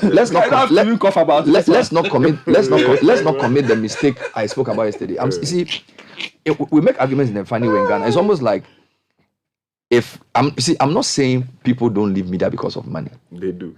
I am saying that they leave because of money and other things. So but the way he came to the discussion to say, no, it's just our money. And I'm saying that you can't say that. Oh, yeah, I mean... So fair enough. I concede. That's what I'm saying. I concede that to you. Let's not make it look like we're having an argument about whether it's money or other things. There's no issue in the world that is that simple. Yeah. If the issues were that simple, we'll all solve it. But I'm saying that let's be nuanced about it. I agree because there are people who, despite lack of money, have stayed. Yeah, it's not because they don't have opportunity. Yeah, right. And if somebody has left, you need to respect the person's reason for leaving and not come and say he's left because of money. Well, you see, if he hasn't come to tell you that it's money I want. You see, so I think we can replace. Maybe he's not happy. We can replace all. Maybe he has a bad boss. You see, so we can replace all or majority with many. Yeah, no, I just a good number. So you see, for me, I'm happy when we talk about media because we all are talking about it from an emotional point of view. Yeah. But I'm saying that to come and make a sweeping statement in that dismissive fashion. That was what. So let me tell you something. It was too like no. Bernard, it's just money. But Bernard, you see, if you talk to, and I talk to a lot, in fact, which is coincidental. So just this week, that's what I'm saying. Even this week, funny enough, just before this report came out on Monday, I was talking to. I finally ended up having a conversation with 4 journalists. One a former colleague of ours who's in the UK, and 3 others who are here, and we're discussing our circumstances. Yeah. And this is exactly the conversation we were having, and it was interesting how my colleague in the UK, for instance, was saying, guys, you try. That was his basic point. It was like, Charlie, you try because the earnings are terrible. Horrible. It had nothing to do with that. He was just saying, he was like, I cannot believe I used to look at this and think it was okay. And that was his position on the matter. Well, we are ad idem on the issue. We are just saying that the emphasis and we are not. I agree with you. Let's not create a storm in a teacup. There are important issues that need attention, which we will discuss. Indeed, I was speaking to one of the people who did the report to get the key insight, the key insights that the report brings. So I'm happy to. I'm just saying that let's not overgeneralize and oversimplify because issues are very complex. So that's all I'm saying. I want to. I'll come back to these issues. Okay, just relax for me. Time check is 5 minutes to 10 to 8, and just to give you quick information that the first edition of the 2023 ABSA Business Connect series comes off this Friday, April 21st at 10 a.m. The topic for the month is Survive and Thrive, Tactics for Uncertain Times. Now, our speakers are Kobla Nyalete, who is the Executive Director for Retail and Business Banking at Absa Bank Ghana, and Kobi Asma, Junior CEO of Type Company Limited. It's funny, Kobla Nyalete is my mate from school. The name sounds very familiar. He's a big man. He's a big man. Now, the ABSA Business Connect series will help take your business to the next level. That's Africana City. That's ABSA. So join them tomorrow, Friday the 21st at 10 a.m. to be part of that conversation. And if you're looking for that one thing that pushes you and brings out the best in you, do the same for your car. Get Shell Helix engine oil. It's specially designed to bring the best out of your engine, protects it from wear and tear, while providing the power and performance needed to give you the best ride every time. So whether you are cruising on the open road or battling with busy traffic, Shell Helix will keep your engine running smoothly. Choose Shell Helix lubricant for the ultimate power, performance, and protection your vehicle needs. Well, you contribute to the growth and success of the Ghanaian business or the Ghanaian textile industry every time you wear your authentic fabrics. GTP says thank you. Always purchase original, genuine, and authentic GTP fabric. Check that the design number is on the label and it's also printed on the selvage. You can contact 050-994-0949 to buy online or visit any of our accredited dealers nationwide, or visit any wooden shop. GTP Lifestyled. Now, the month of April is the month of jazz. Now, Alliance Française and the Société Générale are combining their powers to bring you the Société Générale Ghana Jazz Festival. It's a week-long celebration of jazz in all its forms. It's running from April 24 to April 29. Some of the biggest things that will be happening: 2 days of jazz concerts. You've got Pamela Bajogo from Gabon. You've got the Victor Day Quartet from Ghana. You've got Chale from Benin and Kwame Yeboah and the Kwame Band from Ghana. Tickets are going for 50 cedis per day and 30 cedis for students. You can follow at AF_Accra on all socials for updates and workshop registration. And remember that the Société Générale Ghana Jazz Festival is powered by Alliance Française Accra. Grab a Coke, give yourself ice cold refreshment, whether it's the 300 ml Classic or the 1.5 Coke Classic, which is either 5 cedis or 20 respectively. There's also Fanta, Coke Zero, and Sprite available in all sizes. Bring the real excitement and fun to that occasion with ice cold refreshment from Coca-Cola. When we come back, we'll do a quick one on tour. So there's a bit of a standoff because the Worker Union of Tour has called on government to, as a matter of urgency, revive the company. Now, what I don't understand is how a call for revival of the company leads to a threat of strike. You get me? Because if you are striking, the company will still not be working. So I'll probably get the workers to explain to me how a strike action will hasten the revival of tour. And then it seems to be like a pushback from the minister that, look, you guys, there's $2.5 million worth of condensate loss that we haven't accounted for. So this is your strike, whatever. And then they're also saying that they want their MD to be sacked. All right. And then it's also saying that if they go on the legal strike, they will then be dismissed. The question that we should be asking the tour people, which I believe is genuine, is that why is it that over the years we have consistently changed management? We've changed managing directors, we've changed middle management people. In fact, from just the top of my head, we had Dr. Ampo for NDC time. We've had Swerve. What's his real name? Who's Swerve? I forget the guy. Ewadako. Ewadako. We've had Isaac Osei. We've had even people's names I don't remember, but we had very prominent. Solid. Some are from the chemistry side, some are from the management side. But baby, yeah, every time they are doing agitations for management to be removed, managing director to go, and all of that. Yeah. Yet the workers are the only constant in the equation majority of the time. But to be fair, we need to hear out the workers on the specific concern, because they've been saying some things about how they believe that the company was on a certain trajectory, which they thought was positive. And then this management came in and appears to have truncated the process. For example, Mr. Bernard Avle said that it was intriguing that the government was focused on mobilizing refined petroleum products into the country, but could not make similar arrangements for crude oil for TOR to refine. Maintain that as a result of the failure of the state to get the refinery running, TOR has been saddled with an overwhelming debt burden, including the delayed payment of worker funds, provident funds, and contributions. Now, he also said that the company is struggling to stay on this feed due to poor leadership by the state oil refinery, because they've been hit by severe brain drain, as a number of the very competent and skilled workers trained with hard-earned currency, both home and abroad, had resigned and joined companies such as Modec, Talo, Ghana, National Petroleum Authority, and then Petroleum Commission, while others had moved to Afghanistan, Iraq, Vietnam, Saudi Arabia, Qatar, Nigeria, UAE to see greener pastures. Afghanistan. The irony, greener pastures in Afghanistan. But it's true, in the oil sector, some of the best paid jobs are in the Gulf. Yeah. So Iraq, Qatar, Nigeria, Saudi Arabia, Vietnam, all are greener pastures. Now, but to be fair, there's a lot of money in those places. Mr. Also said prior to the inauguration of the current managing director, so this is the emphasis of the complaint. Prior to the inauguration of the current managing director and the board of the directors, the interim management committee put in place by the Minister of Energy had secured a proposal from a potential private partner with private equity that combined debt management, capitalization for retooling, and continuous provision of crude. He said the management and the board were tasked by the sector minister to see to the full implementation of the proposal. However, after 1 year, no action had been taken. So this is his grief. He said the inability of the board and management to get what he described as this all-important partnership agreement signed had brought hardship to the workers of TOR, high prices of petroleum products at the pump, pressure on the limited forex to import finished products, and general high cost of living. So his point is that the management is not working, so they should sack them. Right?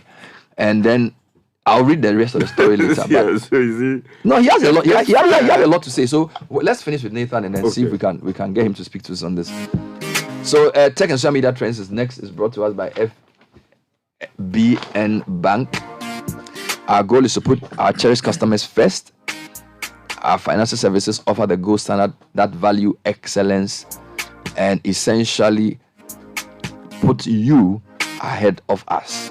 It's the bank that puts the B before the N. Think FBN, you first.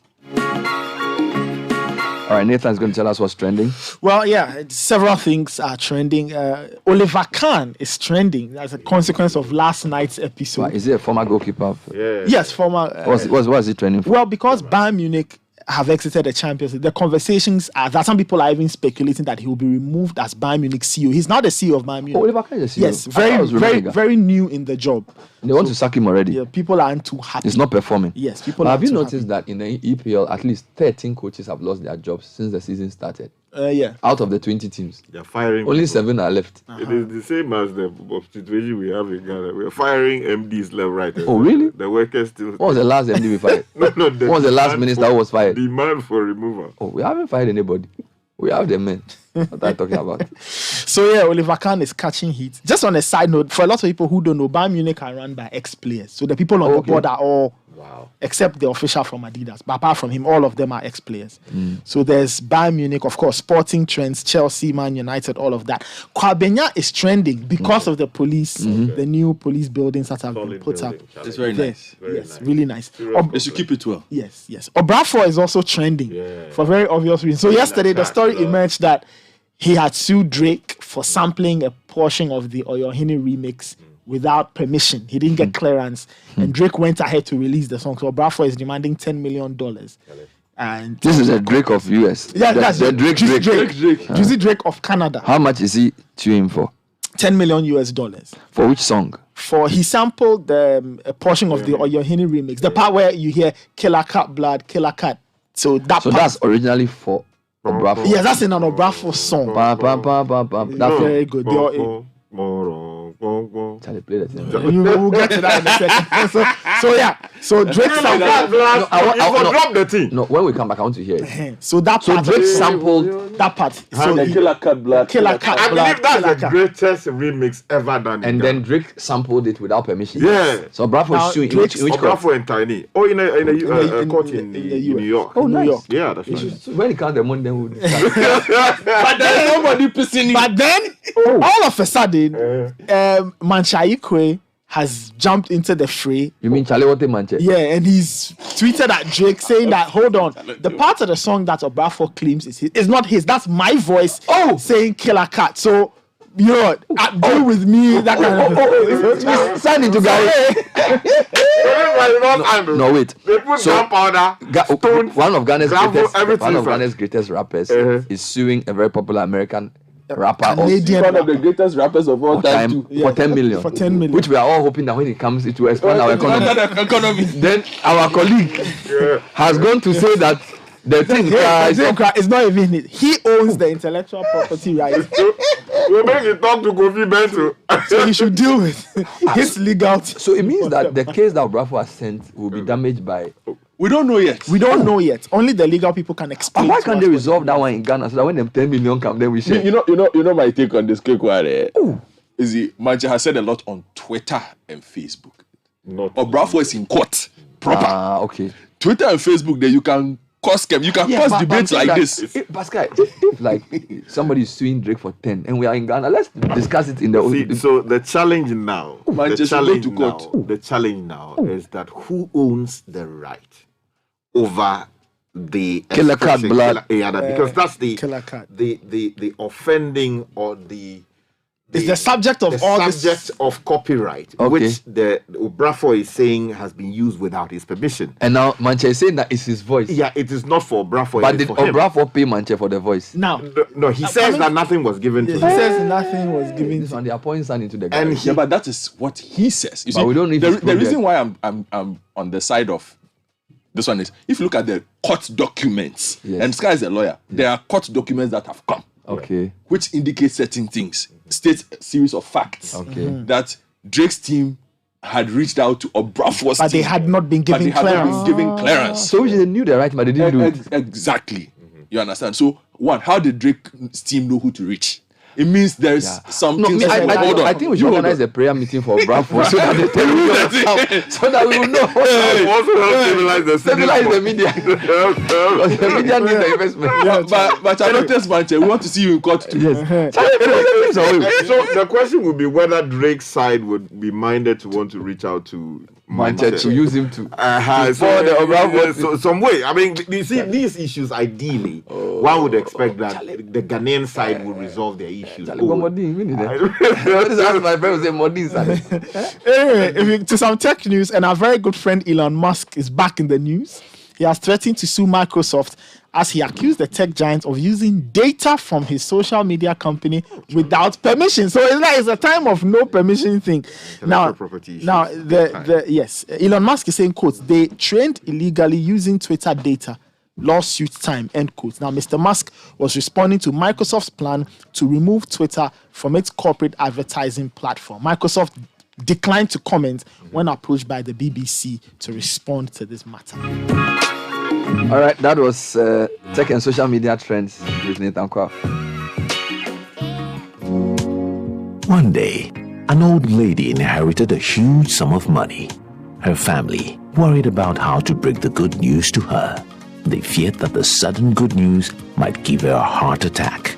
And so they decided the family doctor who was experienced in delivering such news should be the one to tell her. And when he did, surprisingly, she just smiled. Relieved, he asked, "What are you going to do with all that money?" She replied, "I'm going to give you half." The doctor had a heart attack. I did for you, I got your back, I put you first. People are often surprised when we put them first. At FBN Bank, that's what we do. We put you first. Open an account with us today and enjoy mobile banking, USSD banking, shop and pay with our prepaid Visa cards, MasterCard, and many other services designed with you in mind. FBN Bank, you first. Join the conversation on the Citi Breakfast Show on Facebook at facebook.com/Citi97.3, Twitter at twitter.com/Citi973, and Instagram at instagram.com/Citi973 with the hashtag CitiCBS.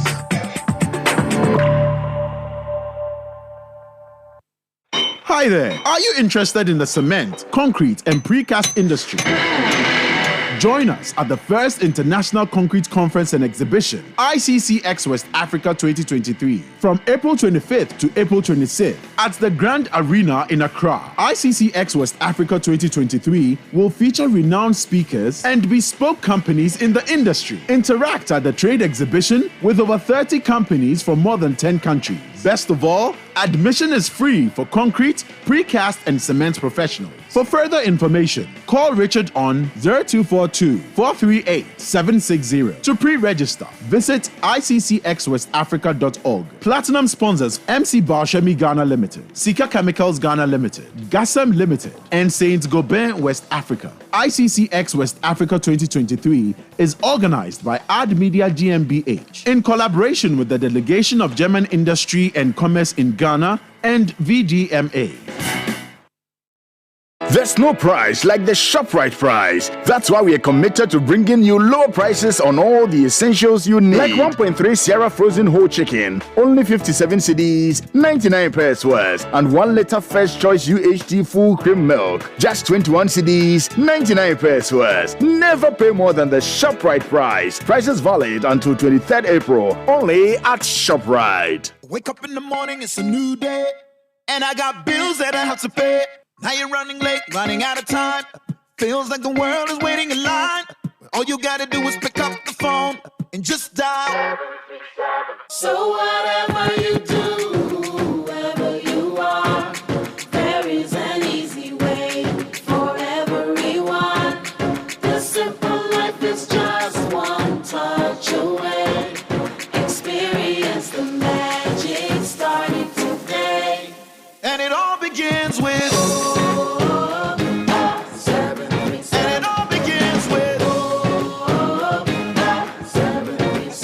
737. You see, I don't need to write or cash a check. I don't.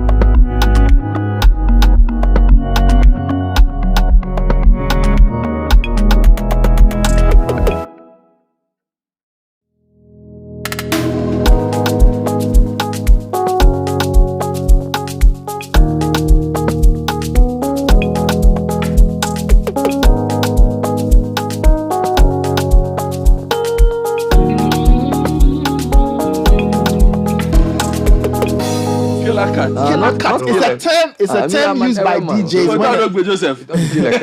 So this is the voice of Manchester. Good. It's a term used by DJs when a song is hot. So they call it a killer cut. Great. Now this part of the song is Manchester's voice, no doubt. Okay.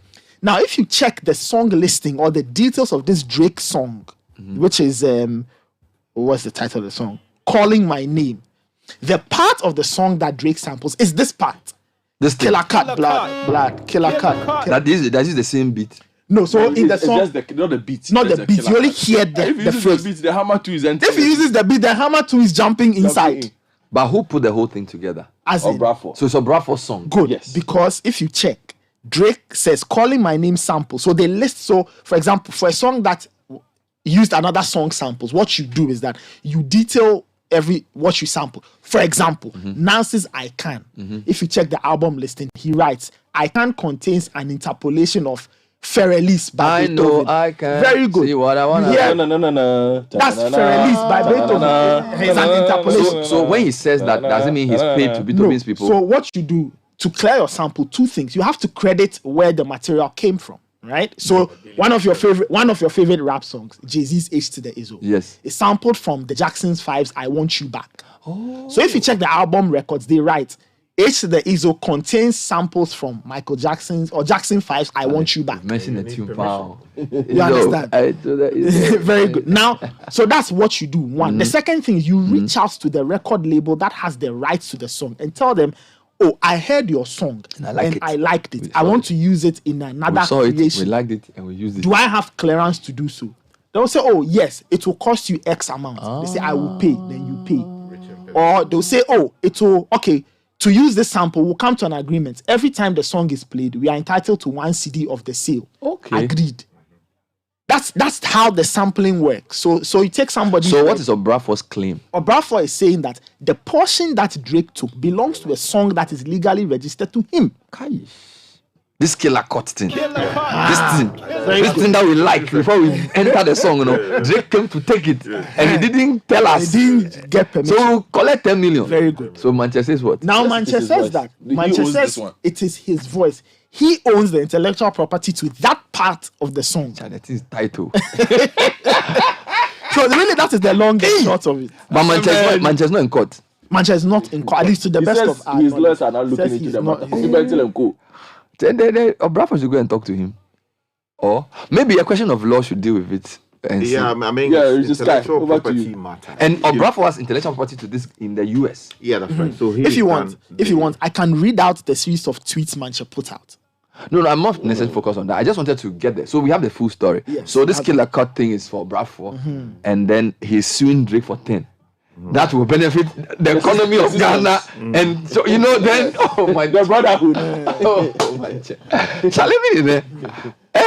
Check the money,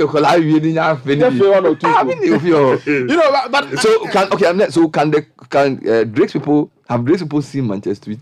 I'm sure they would. Oh, no. So they'll go and take the tweet and put it in. No, but then Manchester, the song is not for you. But then wouldn't Manchester, then Sky is there. Wouldn't Manchester then have to go and show Drake's people that, okay, I actually own this? But has he registered it in his name? I don't know. So the one registered owns it, right? No, you see, there's a general principle that the person who owns the work is the person who can initiate an action to claim damages over the same where there is a breach. But there is also a fact that 3 or more people or 2 or more people can do work that is like a song, for instance. Yes. So you, Bernard, and look, I'll give you an example. So that song has hammer. I'll give you an example. I'll give you a very simple example. My song, Be Mine, right? If you check the listing, there are 3 names on that listing. One belongs to this guy called iPapi, the guy who did the beat. I have a claim to the song as I added lyrics to the song. King of Accra, I featured, also has a claim to the song as he also featured. So if you check, there's this thing called a split sheet, and it's very common in modern times. The way you share the money. Good. Very good. So everybody has a certain stake in the song. So like Sky is saying, 3 people can come together on one work. If you check, but in this particular case, it's Obrafo who owns the song in its entirety. So he registered it. So it will be him, probably Hammer too. However, that's the point I'm making. Yes, so if it is the case that different parties or different people own specific rights in a particular work or subject matter, which is the technical term used, then what it means is a person who claims that his right in the matter has been breached can also raise an issue. Now, what is the issue here? The man is claiming that, look, I said the killer cut blood, and that I was not paid anything for it.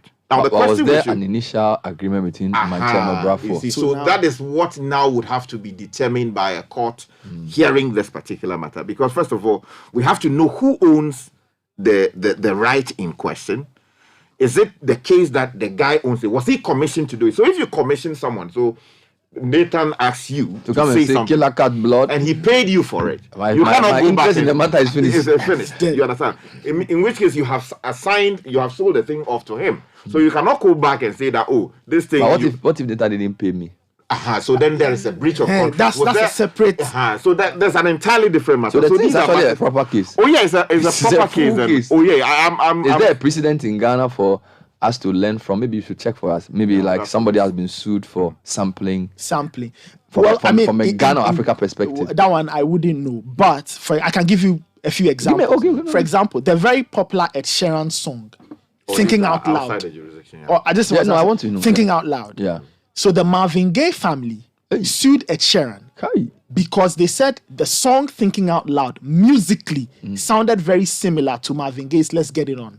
Let's get it on. Okay. Now they are saying that if you take the two songs and line them together, like they have the same structure. Now, Ed Sheeran's people said, okay, granted, they may have the same structure, but I haven't stolen anything, I haven't sampled anything. The matter went to court. Eventually, they ruled in favor of Ed Sheeran and said, listen, okay, they sound similar, so what? So that one was more like structure of song. Yes. But this is a specific voice and a specific phrase which only one person did, and it was done here in Accra, Ghana. And the man is claiming he was not paid and for it. we will take our 10 million. We'll take our 10 million. Interesting. Anyway, let's hear the song. I hear the song is nice. So let's hear the song is nice. No, you people say it's what I'm saying. You say it's one of the best remixes. I'm legendary. Yeah. So is there another case like this? But yes, I mean, I'm getting information that, for example, Pat Thomas reported allegedly sued TikTok for using a phrase "man amaye" or something of that sort in the song. But I'm talking about like global ones. Oh yeah, I mean there are a lot of cases like that. Yes. Yeah. So it will be interesting to see how they ended, because for example, from the Ed Sheeran case, the issue was on structure. So when it comes to structure, it's not the same as a specific phrase. You know what I'm saying? And there are funny things that we in Ghana, we use a lot of people's songs as well, but also because those songs don't make it on a global stage, so it doesn't really get into that thing. But if you are taking somebody's song from here and use it on a global stage to make millions, I think that I'm told there's a lawsuit involving Sting. I'll be missing you. I don't know who sang. Yes. Sting and P. Diddy. The very popular Puff Daddy song he wrote very good. It's sampled from Sting and the Police. Every move I make. Okay, now, but I don't know Sting's Police. What song is that? Sting. The only one is I'm this man in New York. That Sting. What does he? Very good. So Puff Daddy did not, according to the story, Puff Daddy did not get clearance from Sting to sample the song that Sting and the Police did. Every breath you take. Do you have the Police song? Because we all know the Sting, the PDD one, but I don't know the Sting one. You see. So yes, but let's go on with the case. So now Sting sued P. Diddy. So the song came out and Sting sued P. Diddy. P. Diddy admitted that he did not get clearance. In Junior. You know, yes. So according to some stories, since then every day he has to pay a certain amount. But P. Diddy has money, so he can pay. It happens all the time. For example, but Drake the very money. popular. Let me give you an example. The very popular. Drake, if I pay, we will take the money. The very popular. The money the very popular. Like ECG, we are collecting our money. the very popular Eminem song.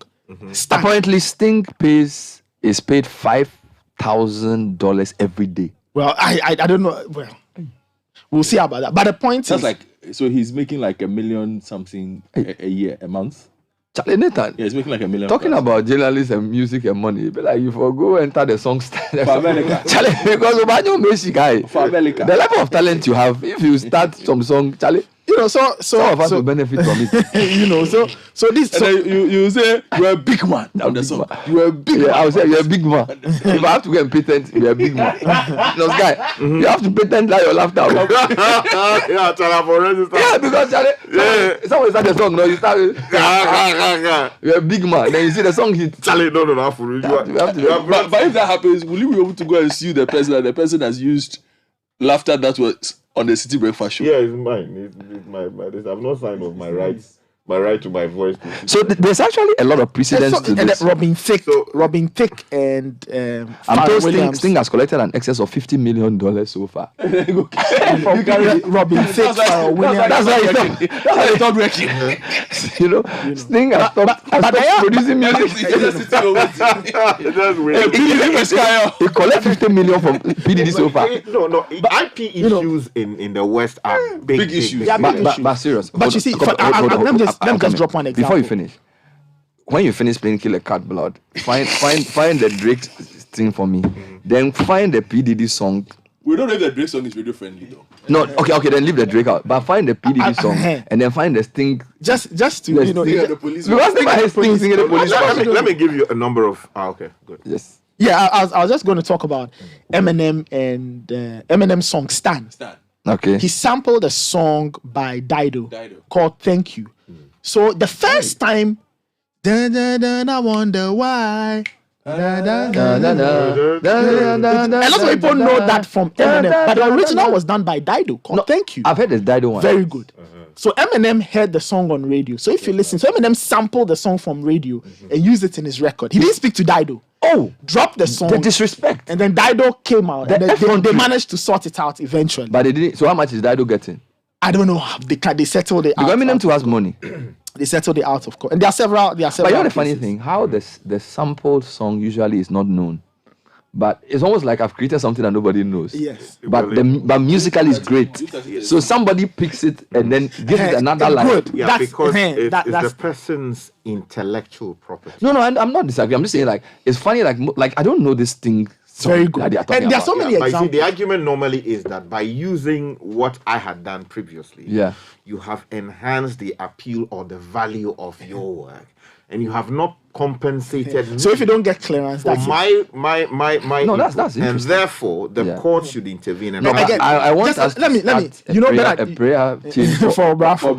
I think family consecration. We have to tell Pastor Mali, if you can dedicate like 30 minutes. 1 hour before. Because I've never seen 10 million close to me like this in my life. And it's like I see it's very close. I don't think there's any radio station that plays Obrafo song like this show. Pastor Wengan, please. We want you to add Obrafo's case that God will soak the lawyers in the blood, and then the 10 million drop.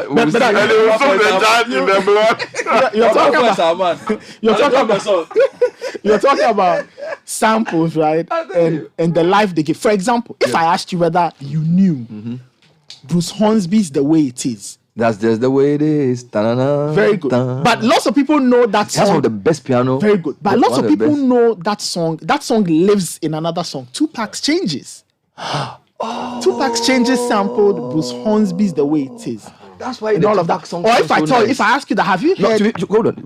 I think you are right here. You see, one of the reasons why the Tupac song sounds extra nice is that you probably heard it subconsciously in the Bruce Hornsby song. So when Tupac uses it, it's easier for your system to accept it. Or for example, if I ask you, have you heard Bobby Caldwell's Things We Do for Love or something? Something. You say, who's Bobby Caldwell? But if I play Tupac's Do For Love for you, what you gonna do? Where's that sample from Bobby Caldwell? So, but was Tupac sued for these things? No, those ones, they cleared the sample. Second question, can you sue a dead man? Unless you're suing the estate of the dead person. Because let's assume somebody says Tupac sampled my song and Tupac is no longer there, but the song is still doing well. No, so when the estate is, so the person's estate can be sued and you make claims against. But somebody should sample me my something. For example, if I play that you have delivered, they should sample. So let me tell you. So it could be a speech that you have delivered. So you delivered a speech, some years ago, 2018. Let's say, for instance, maybe one of these big guys in the West decides to use that something you said in your speech without recourse to you and uses it and they publish it commercially. Commercially makes billions out of it. You are entitled at what point to say, Massa, you have made so much money because of ABC. The way the journalism has become these days. I'm very desperate to be sampled. Somebody to sample me. But you know, maybe one of these days we'll do a show about songs and samples. I've got a nice collection of. But I need to prove the I want to play the Obrafo and the Sting matter because he's gotten 50 million. So I want to just hear it. Yeah. Okay, so you but I would love to hear what Manche also said, by the way. I'm interested now. Manche went on a tirade. Let's solve this thing at home. So we can get the 10 million and share. Oh, matter. Oh, don't do that.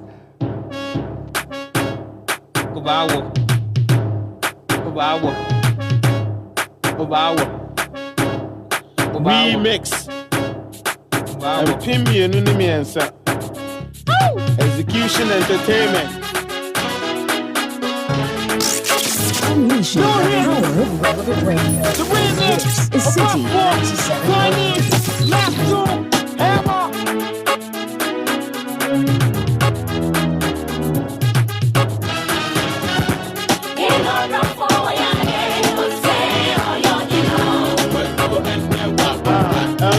Do you wanna try? Cause I hurry, my new mapa time. And you're Drew, and you're two, and you're time.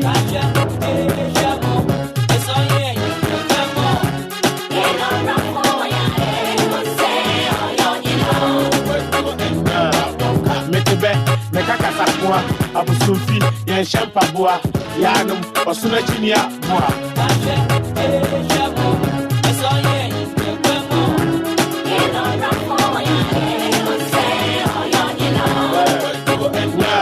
don't back, Rochia Mansariaka, Sakrama, Botra, when I am so.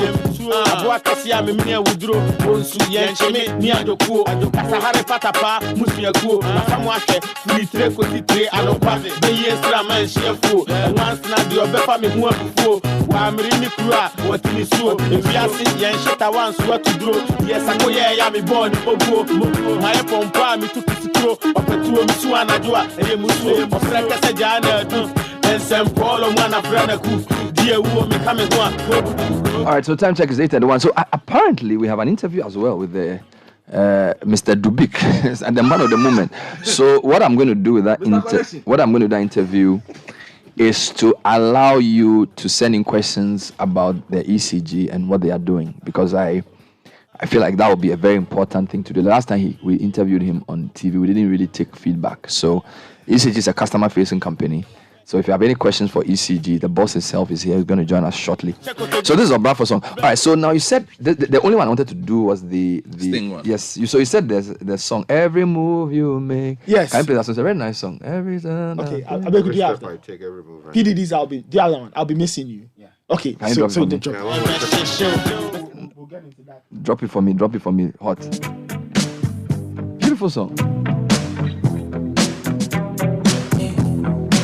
This right here, tell me what goes out to everyone that has lost someone that they truly love. Come on, check it out. Seems like yesterday we used to rock the show. I laced the track, you locked the flow. So far from hanging on the block for dough. Notorious, they got to know that life ain't always what it seemed to be. Words can't express what you mean to me. Even though you're gone, we still a team. Through your family, I'll fulfill your dreams. In the future, can't wait to see if you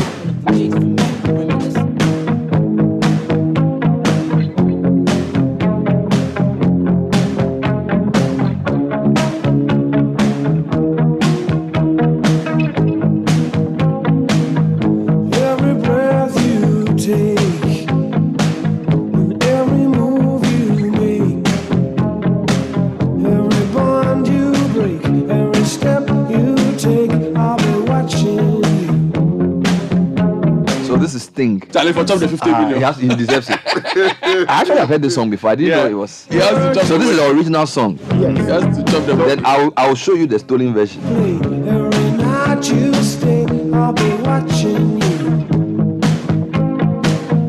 Oh, can't you see?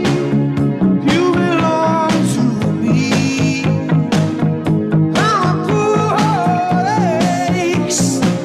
Every step you take, every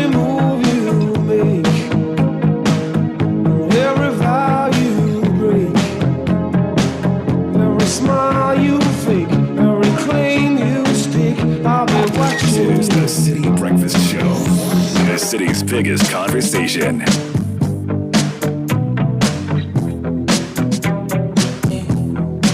This right here, tell me what goes out to everyone that has lost someone that they truly love. Come on, check it out. Seems like yesterday we used to rock the show. I laced the track, you locked the flow. So far from hanging on the block for dough. Notorious, they got to know that life ain't always what it seemed to be. Words can't express what you mean to me. Even though you're gone, we still a team. Through your family, I'll fulfill your dreams. In the future, can't wait to see if you open up the gates for me. Reminisce sometime. The night they took my friend. Try to black it out. Well, but so that was that's an example. I'm told that it's not all the time that incident is used. So, for example, when Dolly Parton song "I Will Always Love You" was sung by Whitney Houston, I'm told Dolly Parton said she was grateful to Whitney for making her song even more popular. So it's not every time that. But this time, hungry come the system. So we have to sue. But I mean, you see, at the end of the day, it's a question of whether a person, somebody can insult you and decide this one. But I'm also singing my song and sampling the song. It's not the same thing. So singing my song, I don't think is a crime, right? Like, no. Do a cover. I think you won't have to get. Do you need clearance to do somebody's song? To do a cover. So you cannot. You just can't get up. Perform. No, but if you do it without commercializing it, like maybe for just YouTube. So like I sing a song of a popular artist and I record myself singing it and I put it on YouTube. Yeah, but is YouTube paying you something for that? Because if you have a license of a particular right, you are the sole holder of the right in question. So even if I sit behind my keyboard in my house and I sing that song, once you are not commercializing it or there's fair use of the I'm just saying it for my followers on YouTube so that they will enjoy it. You see, the issue is people are using YouTube to make money. You understand? But I don't have enough for them to sue me for. Yeah, so the person would not even think of a suit in the first place because he would be thinking of a suit if he's going to make some money out of it. He thinks that you have unfair. So to be fair to the argument, what has Manche said? Just to wrap this up. Yeah. So Manche tweeted yesterday, and he put out 3 tweets. Now he's saying, so this is the first tweet at Drake. He mentions Drake too. Yes, at Drake. Oh. He says, "I Manche, are you?" Oh, it's the thing with Drake. Oh, that's what we are saying. He says, "I maintain my intellectual property rights and claim over all my artistic works, including the Killer Cat sound you sampled off the Oyohini remix used on a Braforce album." So he's also telling Drake that I will come for it. He says the intellectual property, more specifically the Killer Cat sound, which was sampled in your song "Calling My Name," belongs to me, Manche Aikwe, and not to I Am Obrafo. That's on Twitter. He says rights to the said Killer Cat sound were never relinquished to Obrafo and was used by Edward Nana Poku Ose, aka Hammer, producer of Obrafo's album on Obrafo's song, as he did with others. So those are the tweets put out. He said quite a lot of things. Yeah, so those are just 3 of them. The last thing though I'll say about sampling and all of that is, you know the Burna Boy song Last. You've heard it, Last. No, you won't get me in that area. Oh, sorry. But Last sampled Tony Braxton's Not Man Enough. And Burna Boy revealed in a recent interview that Tony Braxton is taking at least 60% of the proceeds from that song. So it's also reversed in the sense that in the global south, you use somebody from the global north, because I think a lot of people do it here. But in this particular case, Bernard Boy is now like a real superstar. Yes. So Tony Braxton is taking. Yes, in his case, they couldn't have gone round it because it would have been more disastrous not getting clearance from Tony Braxton and her record label. What I find interesting though is, like, the Sting versus this one is very clear it was sampled. But some samples are more subtle. This one is also very clear. And if you read the lawsuit, I spent some time to read the 37 or so, it's a 27-page document yesterday. It is clear they are making arguments that, look, they took the thing like that without any modifications, nothing. And it was the case that indeed Drake had reached out through a personal representative of his, asking permission to use the same. Obrafo did not get back to them. Days later, Drake released the song. With the offending portion without prior authorization from Obrafo to use the same. So basically what I would have loved to hear the Drake intro. The Killer Cat is in the middle of Drake's song. It's not radio friendly. No, that portion, I think there's a bit of a beat break and then it appears. So maybe why is it a lot of your rappers, their songs are not radio friendly? So it's part of the Ebonics, part of the culture. Charlie, because nice song. Probably They can't accept play it me. on the radio because Probably Charlie, accept me. I check the song. Charlie, they are just Charlie polluting themselves. Profane, profane. Like Vandal songs. I need your touch when I'm with you. My heart it beats different rhythm. Killer cut block, killer cut block, killer cut block, killer cut block. Charlie, it's for us. This one, Charlie, it's for us. This one, they will win against. Charlie, it's our team. Play it again. They'll play it in court. It's our team. Charlie. Killer cut block, block, killer cut block, killer cut. And they even had the effrontery to mess it up and do blah blah and things. Yeah, so that's Charlie, the 10 million they will take. But the question that the court, one of the key issues the court must determine is who actually owns. Oh, it's that for film. us in Ghana. I think the Attorney General you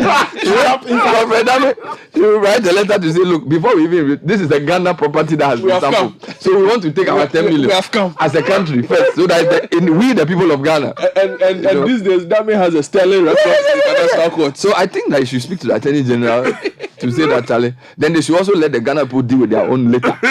They can then share. They should look. This has to share the 10 million when it comes. Charlie, because if I were him, I would have said, bravo, you don't say this song, I don't pay me. So when the 10 million comes, you know what you know what to do. You know, if I'm prepared to testify that we suffered before we got it. This on the way I was even going, I lost my voice. Yes, so that I was fortify your case, so that when the 10 million comes, you give me 100K. But why are people saying that it's Modi Insani? Because one of the things I've heard people say is that the whole thing happening on the Ghana side is Modi Insani. And Modi Insani. What does that mean? No, Nathan, when the Ghana man says Modi Insani, what did he say? No, they say black man matter. Only French German can explain this matter. Modi Insani. Like, what is that? So it means Obra Force say they go make some money legitimately over someone that had done something wrong to him. Yes. And then Obibini, someone. But why is it an Obibini matter? You see, the thing say it be pulling him down. No, is it a modern behavior? Is this a black man behavior? You see, traditionally, you would wake up in the morning, carry your uncle or your grandfather, and you go to Obrafo's house. And you say, Obrafo. We know that. This song, we all did it together. We all did it together. So this matter, we are prepared to get behind you so that you will get the money. So when you get the money, remember us. But what if he believes the thing is for him? That is one side. But who that have is a stronger another claim? side of Who have a stronger claim? So you're saying that you should have said, let's work together and claim the because 10. in the end it becomes a matter of who has a stronger claim. Yes. That's what I think. And what we should also remember is that Obrafour has had the rights over the song in the UK and in the US under US law. Now, and when you registered it, Modin, I think Modin. This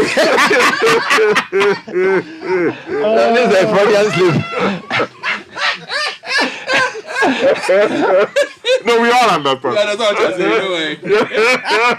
saying. When he registered it, we do not know if he had disputed the registration, because before registrations like that are done, normally the institutions responsible will provide an opportunity for the public to dispute claims if there are legitimate claims to be made that, this one doesn't belong to this person, so that the claim will be disputed. We do not know on the record.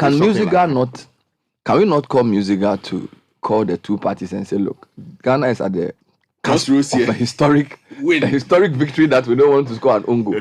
So, like the way IGP called the two parties and said, look, let's discuss it in the house.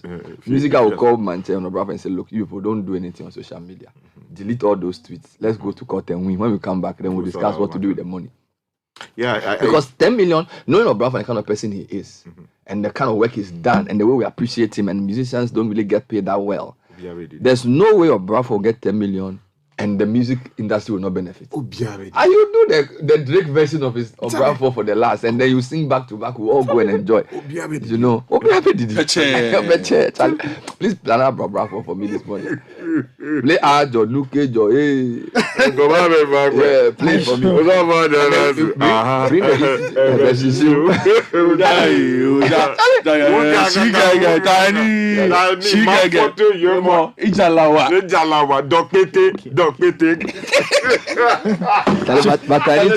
But I need to do some power. Look at your Uncle Babe Fako, so Fujana, so the last and forever.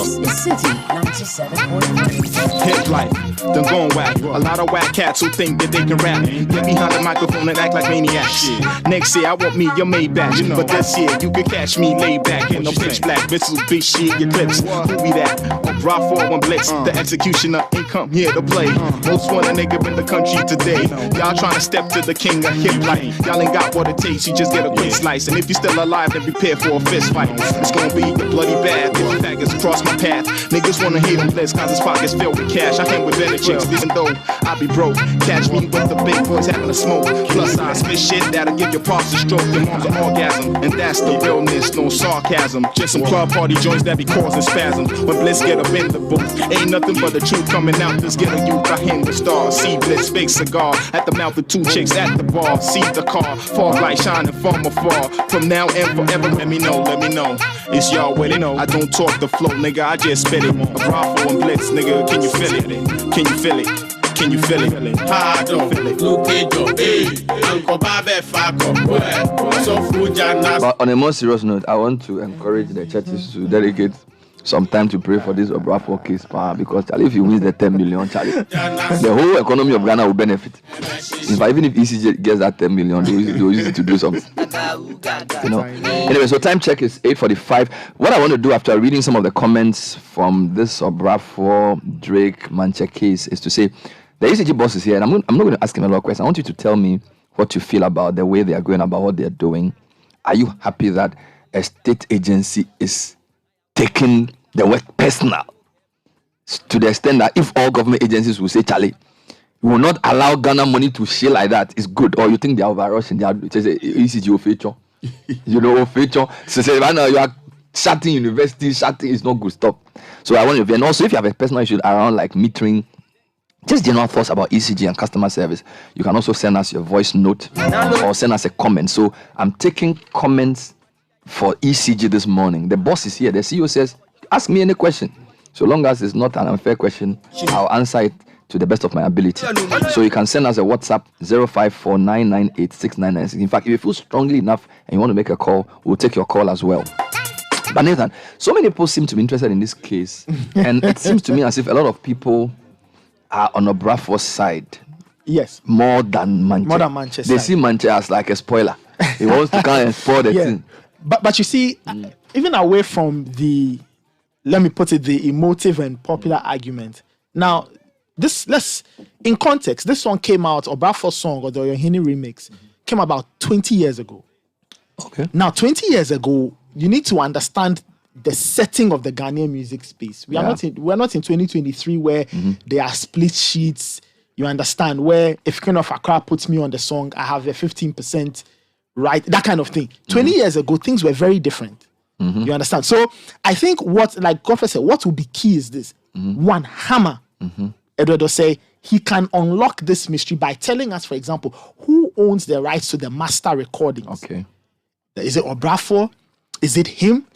Is it Big Ben Music Productions? Because Obrafo was signed on to Big Ben Music Productions and all of that. So there are different layers, but I just like the fact that it's gotten a lot of people talking about this, and the fact that people want Obrafo to get the bag. Yeah.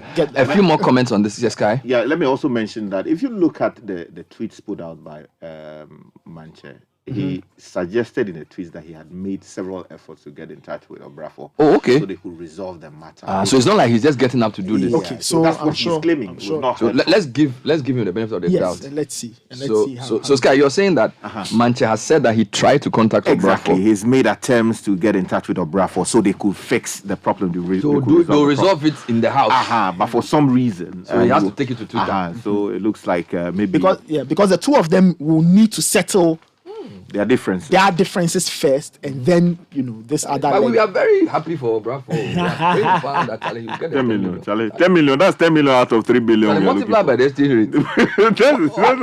That's on 50 million. And right? build the radio station. Yeah, Charlie. And employ all of us. Charlie, we'll be ready. A few quick questions, Bernard.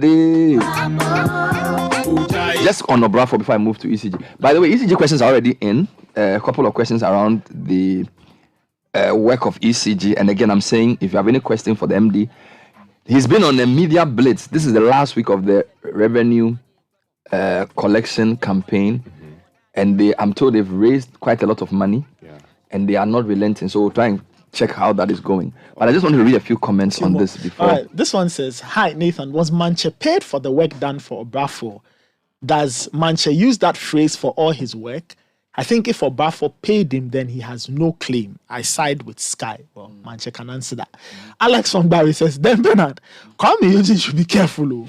Every single song of his has a sample on it." That's Alex from Barry. Yesterday, I was actually having a conversation with somebody that if you really want to stretch the laws and apply them very rigorously, a lot of the Ghanaian acts will have a lot of issues. Right. Let's move on.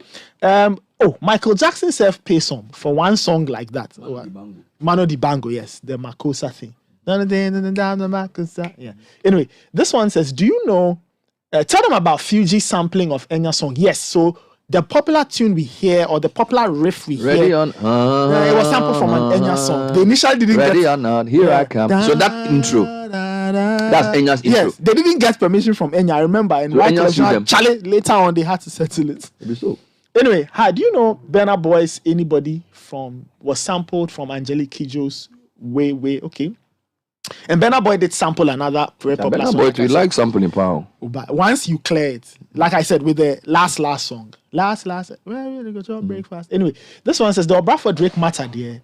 They are rushing. We Ghanaians are solidly behind them, but they should wait 1 year so that the song gains more popularity and the money increases. In other matters, I'm sure GRA officials they're like, tell me rubbing their hands. They will create a task called a music sample tax. If a Ghanaian musician successfully gets a case, GRA, they will collect right now. Somebody says I sound like Blitz, or Blitz sounds like me. Whatever. Yeah, very interesting indeed. Okay. Yeah. But it's in an era of collecting of money, the state power distributor has also been very wild about collecting. I think it was how much billion? 5.7 billion cedis audit. And the ECG Samodwik Mama is here just for a few minutes of conversation around how it's going. And if you have any question for him, he will answer. So you said to me and the others when you started that you were going to try as much as possible to collect your 5.7 billion. And we're in the last week of the exercise. How much have you managed to collect? I want to be able to announce the figure specifically somewhere next week. Okay. So I would say right now we're actually in excess of 2 billion. Okay. And counting. So it's work in progress. It's work in progress. So by next week there'll be a formal announcement as to what we've, because it's been a month. And certain places you go, they tell you, give me about a week or give me about 2 weeks. But in this final week, the last stretch, there are no more excuses. You go off. So now, the funny thing is that everybody gets the realization when they go off and they have to now buy diesel. They realize how cheap power is. Yeah, so this week, that's the conversation that's going to be had. We are supposed to end 20th, which is today. Today is the last day. Yeah, but tomorrow's Friday, so today we'll have a conversation. In terms of regional distribution, I noticed Netco is also doing this. Yes. So it's a sister company. Yes. But Netco is more of on the northern part of Ghana. Yes. So ECG starts from the south and ends around Bronga Hafo. So we are using the old regional map from Bronga Hafo all the way up to Volta region. Yeah. So it ends. And then from north, upper east, upper west, northeast, all of that is Netco. Oh yeah, all of that is Netco. I see. In terms of distribution between residential, commercial, and industry, how has this exercise been targeting? Are you targeting all three? All three. So that's why we are all administrative staff. That's why the whole the office from top to bottom, everybody's out. everybody's job description just changed to revenue collection, and then we all stepped out. So it's not like there's a special incentive or whatever. It's just that we've decided to change and then run a lean kind of stuff in certain critical service provision areas. But everybody's putting in their shifts. But who owes you more between residential and commercial and industrial users? It'll be commercial and industrial. Okay. Yeah, that's where the big bucks are. Because they owe you for volumes they use. Massive. So even though there may be more individual families owing, it's not as much as... They constitute almost about 40% of ECG's monthly revenue. Okay. So in total, the 40% of ECG's power sold is with industry. Yeah. One thing that's bothered me about the residential one is the issue of meters. So yes, if you go to a company that has bypassed and is using power and not paying, it's understandable. But if somebody has a meter that is not functioning, most people don't know the difference between a generator and a transformer, right? So if ECG comes to your house and gives you a meter, and then the meter is faulty, why should the person who is in the house be at fault? Why should he be shamed? Is it not your company's property that is malfunctioning? So when it's malfunctioning, you have to report it. If we don't have stock, we put you on a flat rate until we have the stock, and then we replace. You cannot take that decision on your own. When you take that decision on your own, how do you determine what you pay? Because there's a calculation before you are put on a flat rate. There's a history of your consumption. Some of the gadgets in your home are looked at to determine if your consumption pattern, and then your flat rate is determined for you until such a time that there's a new meter, then the problem is solved. But if you don't do that and we come in, when are we to start the calculation from? Then that's where the whole conversation starts. But can't the meter tell you? The meter, you said the meter has gone off. No, it's faulty. It's faulty. So if it's faulty, then it's not working or it's not reading well. Yeah. So we cannot rely on it. We can rely on it up to when it started becoming faulty. So when you go into the system, you see the person's purchase history and his consumption and all of that. Then you can use that to generate an average for the person to be paying until you replace. But we have heard cases where people say they've also written to the ECG, tried to report faulty meters, and ECG has not responded. It's true. You know what? Let me just take this opportunity to apologize to our customers. You understand?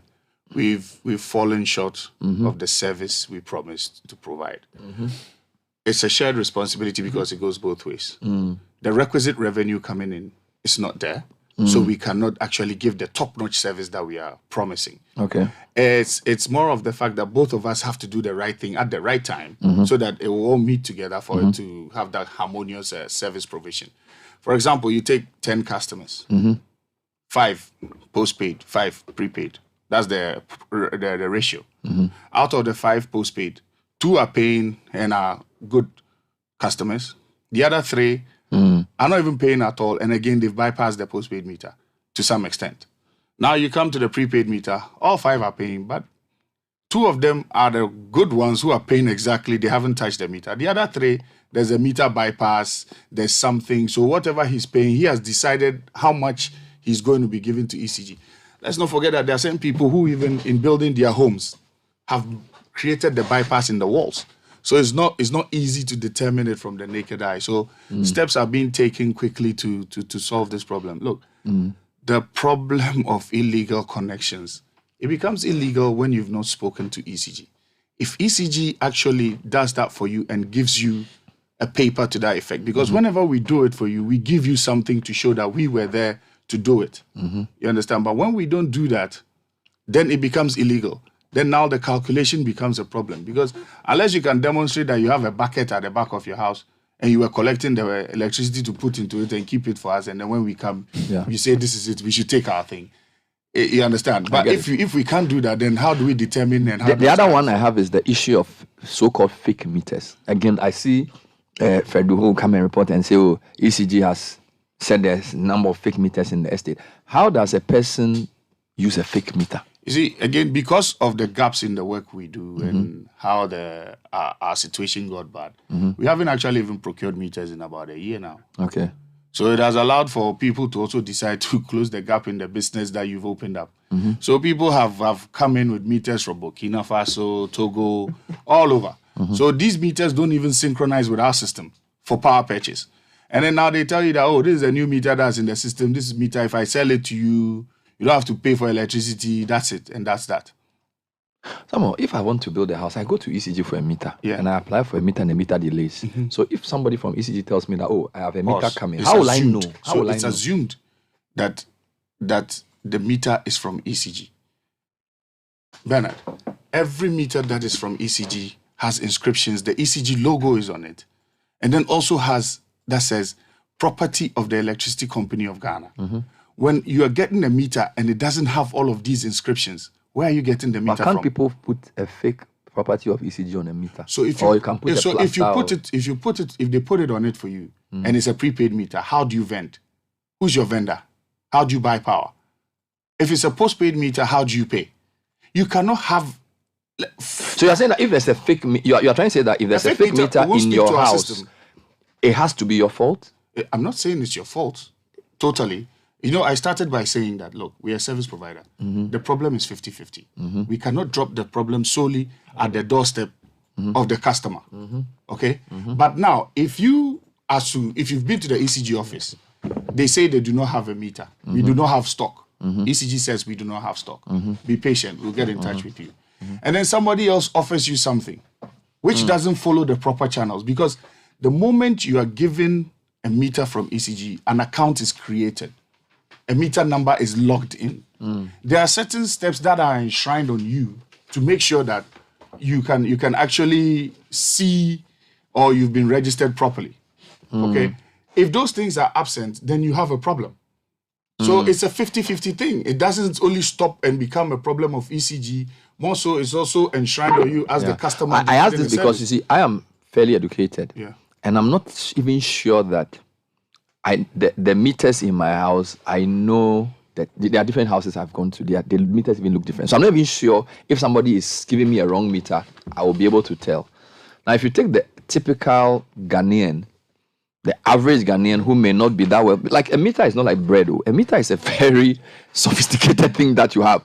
So I find it problematic when ECG comes to somebody's house, does a check with their own device, and determines on his own that this person is doing the wrong thing, and then claims that the person is a criminal. Right now, because it's a technical thing, but it seems to me as if you have become like a judge in your own court, which I find a bit problematic. In the way some of the people are being hounded. So you know the thing is this. I have the app. I have the app. Yeah. So you purchase from the app. Yes, I have the app. Okay. So yes, where's my app? I don't. My the kind of meter I have doesn't It's talk to the app I have. You use the card to purchase. So give me about a month. You start using the app I have is called Power App. Yeah. Power App. I want to show you something. I want to The process ends with paying. No, I want you to do something for me. Right? Respond to this for me. Okay. Okay. I should put it on the. Okay. Write on the paper for me. Okay. The one that you use on the Power App. Okay. Okay. The one that you use to log in on the Power App. Mr. Mahama, okay, you just finish. I just want to answer your question. Look, there are people who have even registered mobile money accounts with the name ECG Cash Payment Point. That's how sophisticated this whole fake meter business has become. Let me get it right. Do you get what I mean? To the extent that they are able to, I always say it's a shared thing. But at the end of the day, this person has done something that you would believe that he works at ECG. Yes. You understand? And you'd have no recourse to doubt him. So you've ended up purchasing something that in your belief is the right thing, but it's wrong. I'm in the app. You are in? I'm in the app, yes. Okay. So whilst you are talking, we are doing demonstration. Okay. So in that line or Yeah. in that vein, what is the ECG doing to avert the minds of the general public to know that, okay, if I go to the ECG office and somebody pulls me to the side and says, oh, I will give you a meter. Yeah. What are you telling them to know that? It's a good question. For example, do you do adverts to say, yes, they should learn to ECG say no. customer, anytime you see a meter, it must have ECG this. Anytime somebody sees you at the office and tells you that this is wrong, like this public service announcements they do, like don't buy fake drugs. I remember when I was very young, they used to do an advert and say if you buy a cassette without the embossment, Bandex is fake. Don't you think that ECG needs to do such a thing for people to know that anybody who gives you a meter which doesn't have this, which doesn't have that, which doesn't have this is wrong, so that then the public is aware? So I agree 1000%. there's some level of education that hasn't been completed. Mm-hmm. So there's that gap in the communication with our customers, which has led to this unfortunate incident. Mm-hmm. I issued a memo somewhere last year to ECG staff in the field that when you identify these meters, capture them, let's create an account for all of them, and let's start doing the right thing before we consider replacing them. We do admit that we've created this problem. We are partly to be blamed in the problem that has been created. And so, in as much as it's a fake meter, it's a foreign meter, we are trying our best to use it to close the gap as quickly as possible, and then we can take it from there. So I think it was somewhere around the moratorium, which was somewhere last year, I gave that order out. So with the fake meter conversation, the truth of the matter is that means if the person has a fake meter, that means he's not even on our service. Okay. That means we don't even know him. All of these things have led to a know your customer drive that we are So you are killing like two birds with one stone. Exactly. Because clearly that means that the 4.5 million customer base that we have is wrong. So we need to do our best to close the gap and know our true numbers. Okay. We finished the Kwabenya exercise, closed the book on Kwabenya, realized that we had about 15,000 new customers in Kwabenya that were not in the system. Wow. So and all these people were enjoying power. They are enjoying power. So that means But you and I are paying for them. Is it possible they were paying but the money was going to somebody else? You see, that's a whole investigation conversation. Because that may also be That's possible. also possible. You understand? So we've looked at all of that. You can find out there. So we do not want to speculate. We've found a solution to it. They have been captured.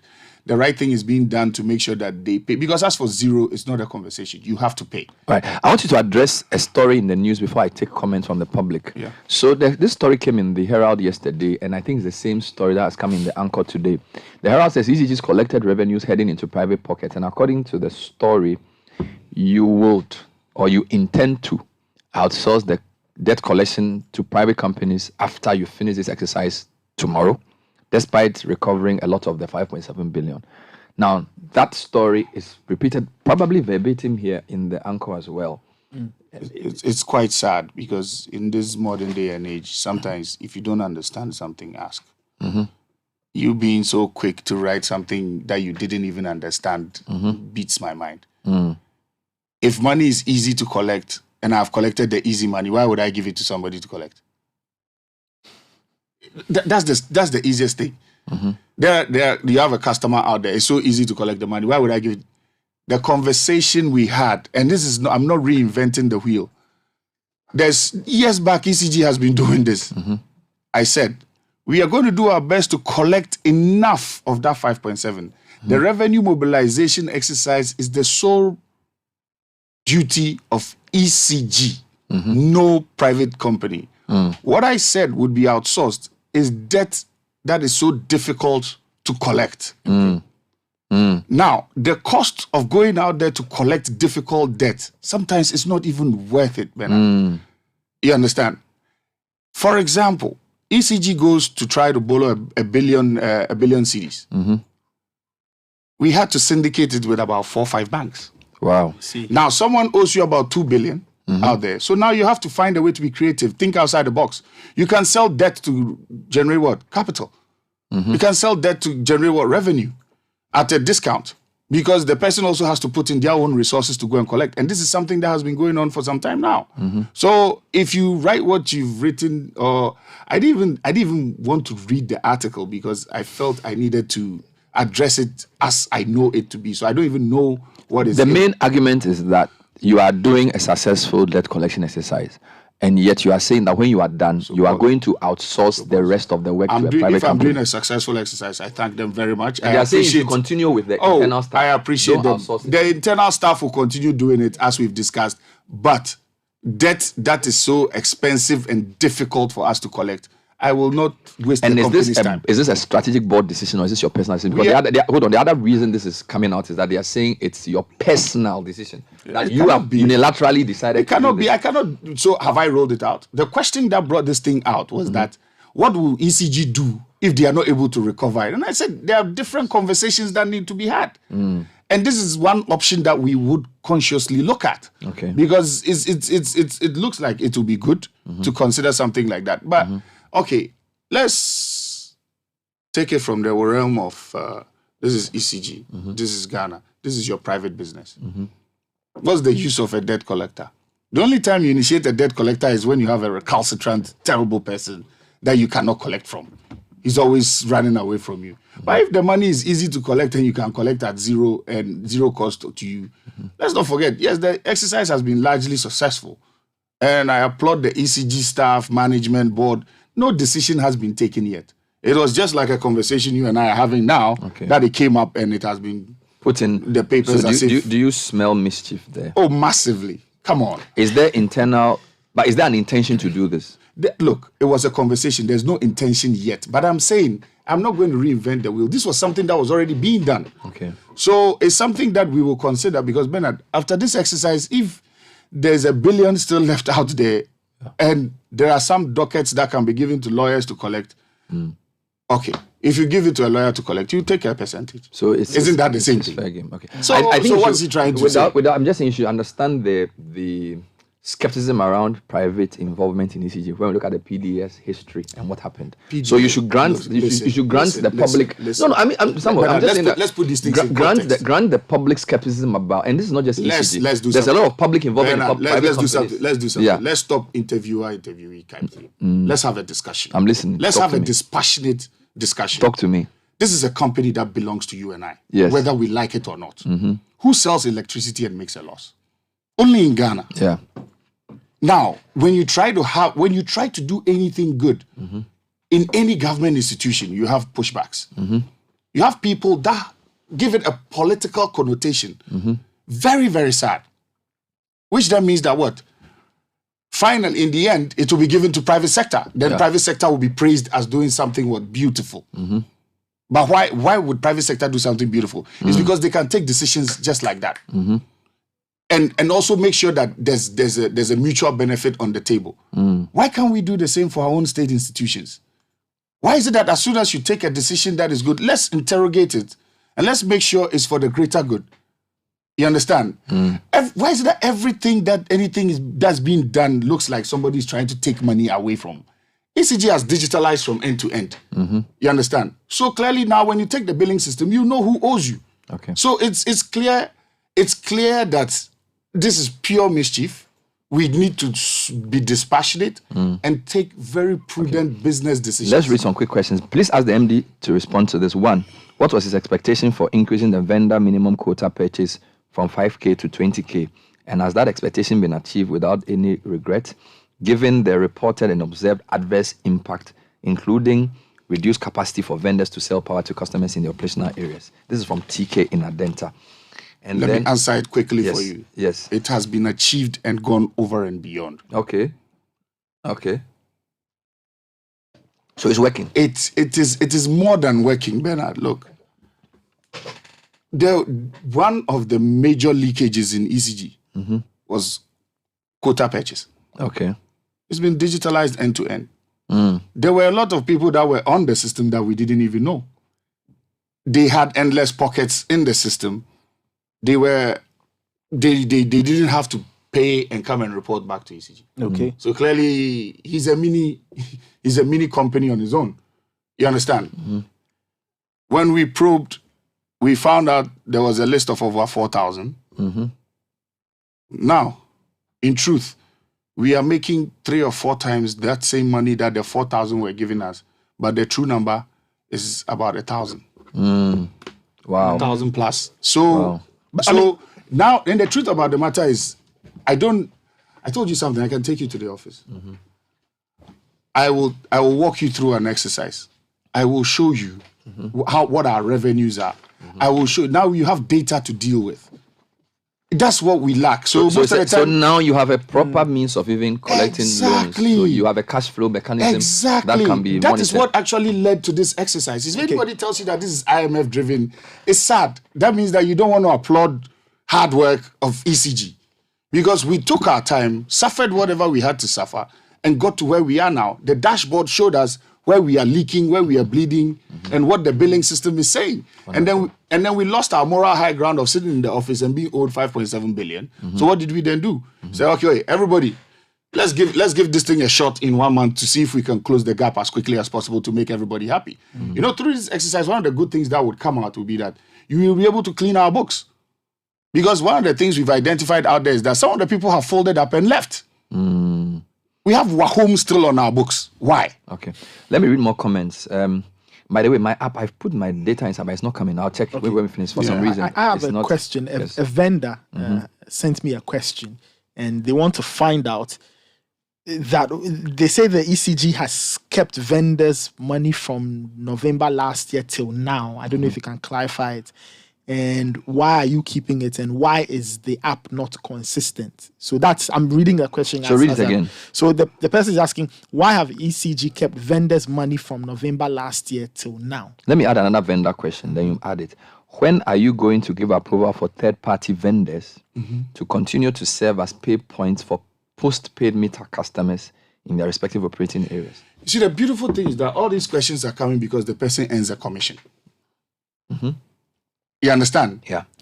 So let's start from that, and let's not think that all these questions are coming because people are being considerate or there's nothing to be gained. It's a business concept. They are worried about the survival of their business. When you're a bonded cashier, you earn a percentage of you earn 3% in commissions. Yes. When you're a third party vendor, you earn 2.5%. Okay, so there's money to be made here. Yeah. Now let me take your questions one by one again. Yes. So he's saying that third-party vendors say their monies have been kept since November. They've not been paid. So again, they have an association, vendors association or something that came to see me for a meeting. All of those things have been streamlined. The steps have been taken for them to be credited with what they claim they had lost. So what we did was to take it on a case-by-case basis. Okay. Because you don't also want to just get up and say, because this guy says this is what he lost, you just go ahead. Okay. It has to go through a proper, rigorous, pull data, let the audit team sit down, do the right thing before we credit them.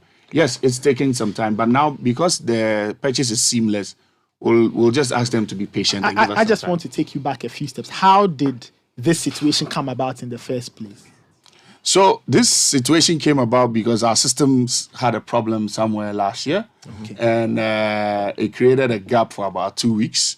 And through that gap, we realized how vulnerable we were, and we closed it as quickly as possible.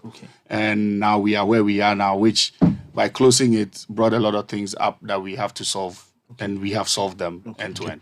How does ECG categorize the cost of power for different areas? Why should I pay more for a public good because I live in another neighborhood? Is this not a disguised tax? This is from Kojo. It's similar to something I asked you last, that there's an area that I've moved into that they are just the meter goes very fast. Meanwhile, and I'm told that area they are notorious for using a lot of big equipment, so the power there is fast. That's not possible. So explain it. That's not possible. The meters are standardized. So if I have a 3-bedroom house with 2 air conditioners in Godfrey's area at it's the same thing. It's the same and I moved that house to Trasacco Valley. That's exactly. Are you telling me that you don't charge Trasacco people more than people? No. Everybody at some point, if you're like PURC, would not, how do we configure a meter to give because of its geographical location? Oh, come on. Some people also. I don't know. You see, there are a lot of folk tales. So you are saying that there's no price discrimination on the basis of consumption? No. Really?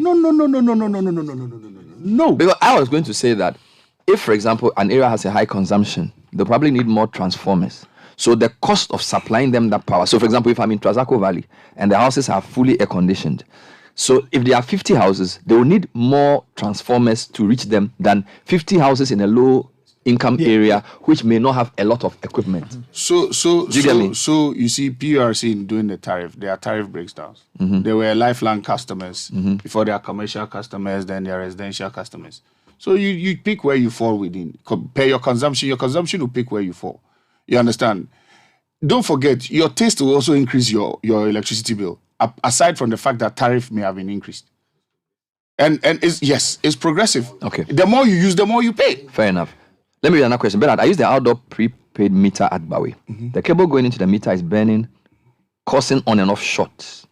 I took time to visit the Blekuma district office and they gave me the number of someone who is the only person they have mandated to fix it. For over 2 years, he says they don't have the part to come and replace that small portion that is burning.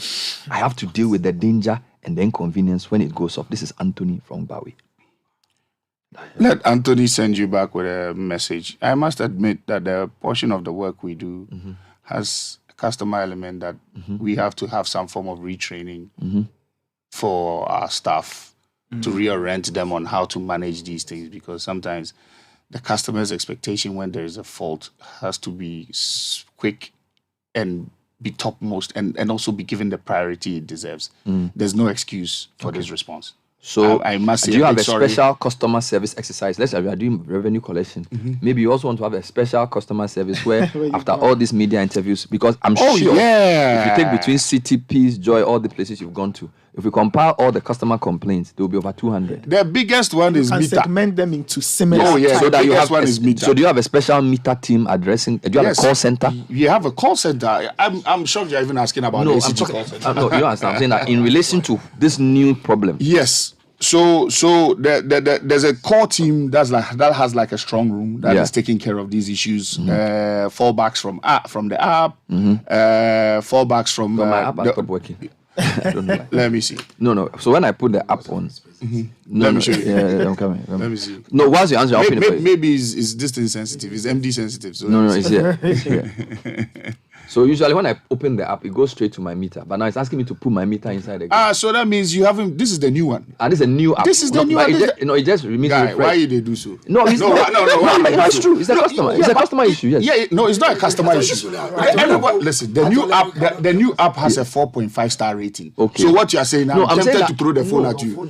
So what am I supposed to do? So what am I supposed to do? So just follow the prompts. It says go to meter. Then it says add new meter. Yeah. Yes. So account number, customer account number. Just punch it in, and then it will verify, because this one is linked to your Ghana card.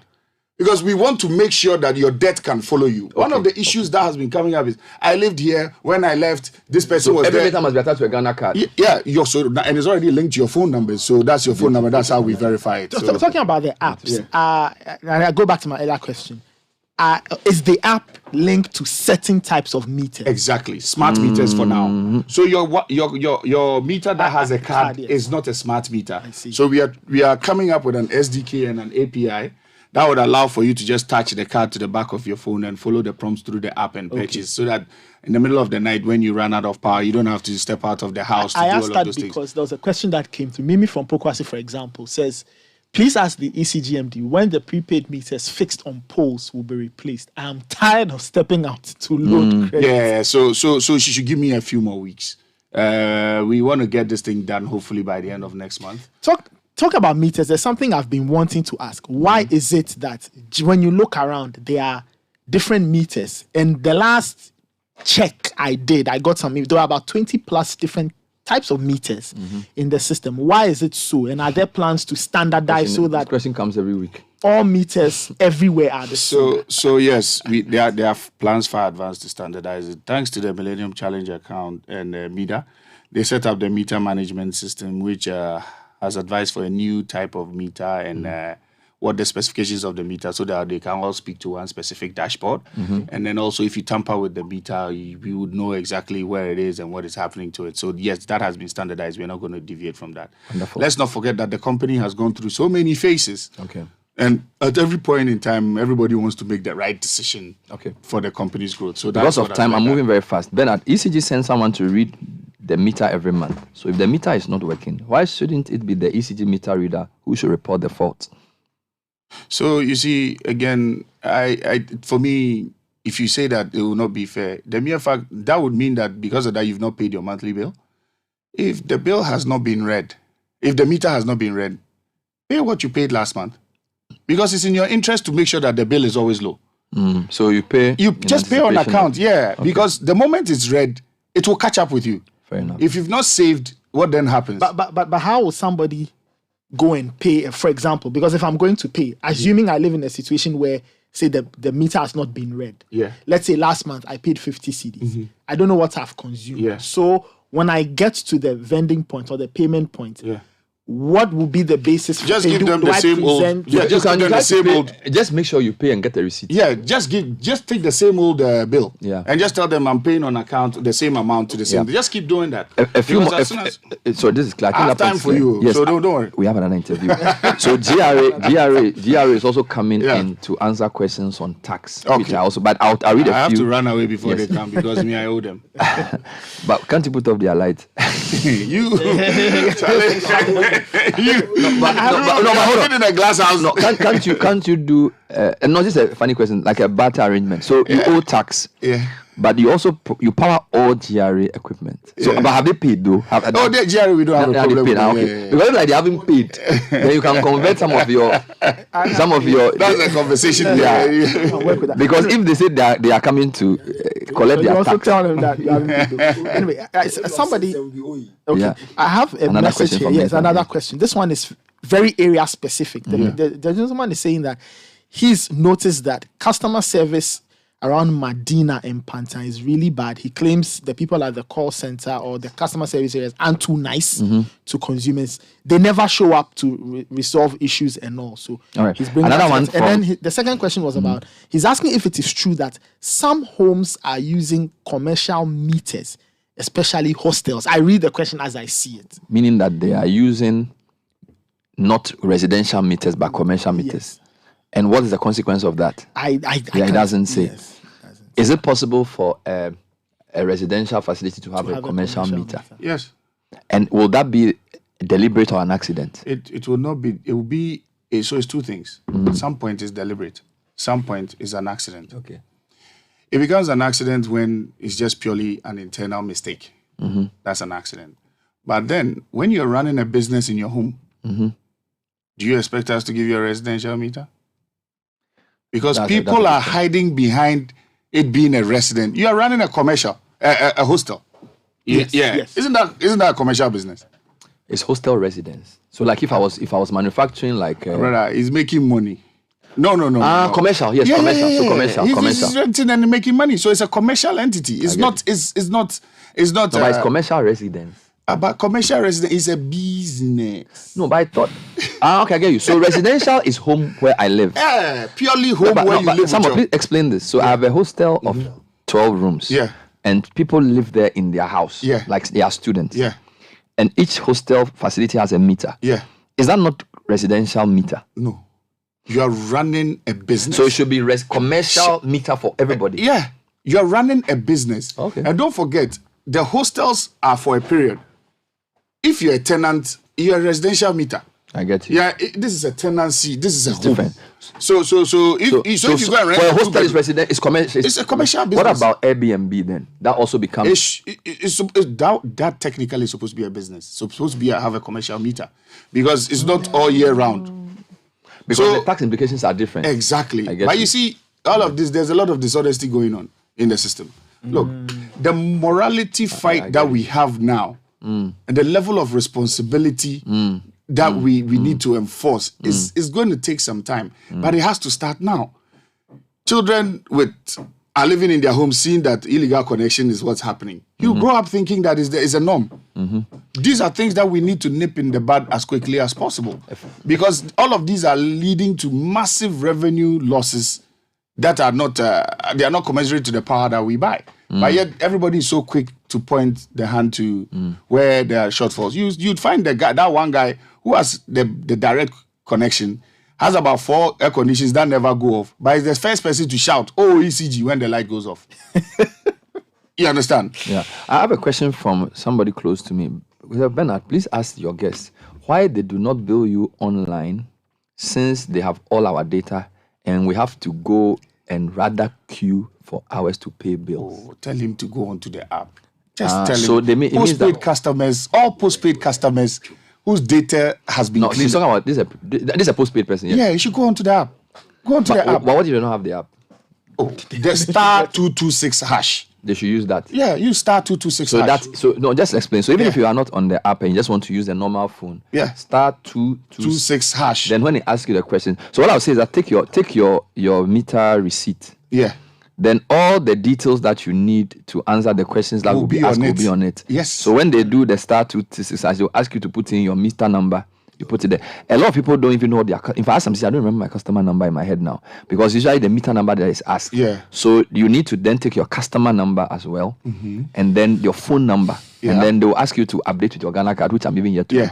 So what you need to do is, for those of you who don't have phones that can download an app, you can still use this *226#. But make sure you have your bill in front of you. So every question they ask you, the answer will be there. Yeah. By the time you finish, then you are set up in the system. Now, just a question. Now, can this person then use Momo to pay? Yes, you can use Momo to pay. You can generate, what do you call it? You can generate, You can generate a token. Yeah, a token. You can generate a pay slip to walk into the nearest bank to pay. I wanted to demonstrate it for you on yours. That's why I was waiting for you to finish the setup. I couldn't get the realized custom. I don't have the car. This is not the house I live in. Look, now we are so digitalized. I'm gonna do something with you. Yes. You are not gonna mention figures, but I want you to see what ECG is doing now in terms of revenue. In real time. In real time. This is ECG in real time. So you have a graph. I have a graph. So I see that in January, it started coming down. So this is the month. This is the day. So I get it day by day. So this is ECG on Monday. Let me see. So on the weekend it comes down and then picks up on Monday. Yes. So it tells you that you don't work on weekends the that amount much. of money we are seeing. I don't think MTN even sees that. And this is daily. We were not seeing this money.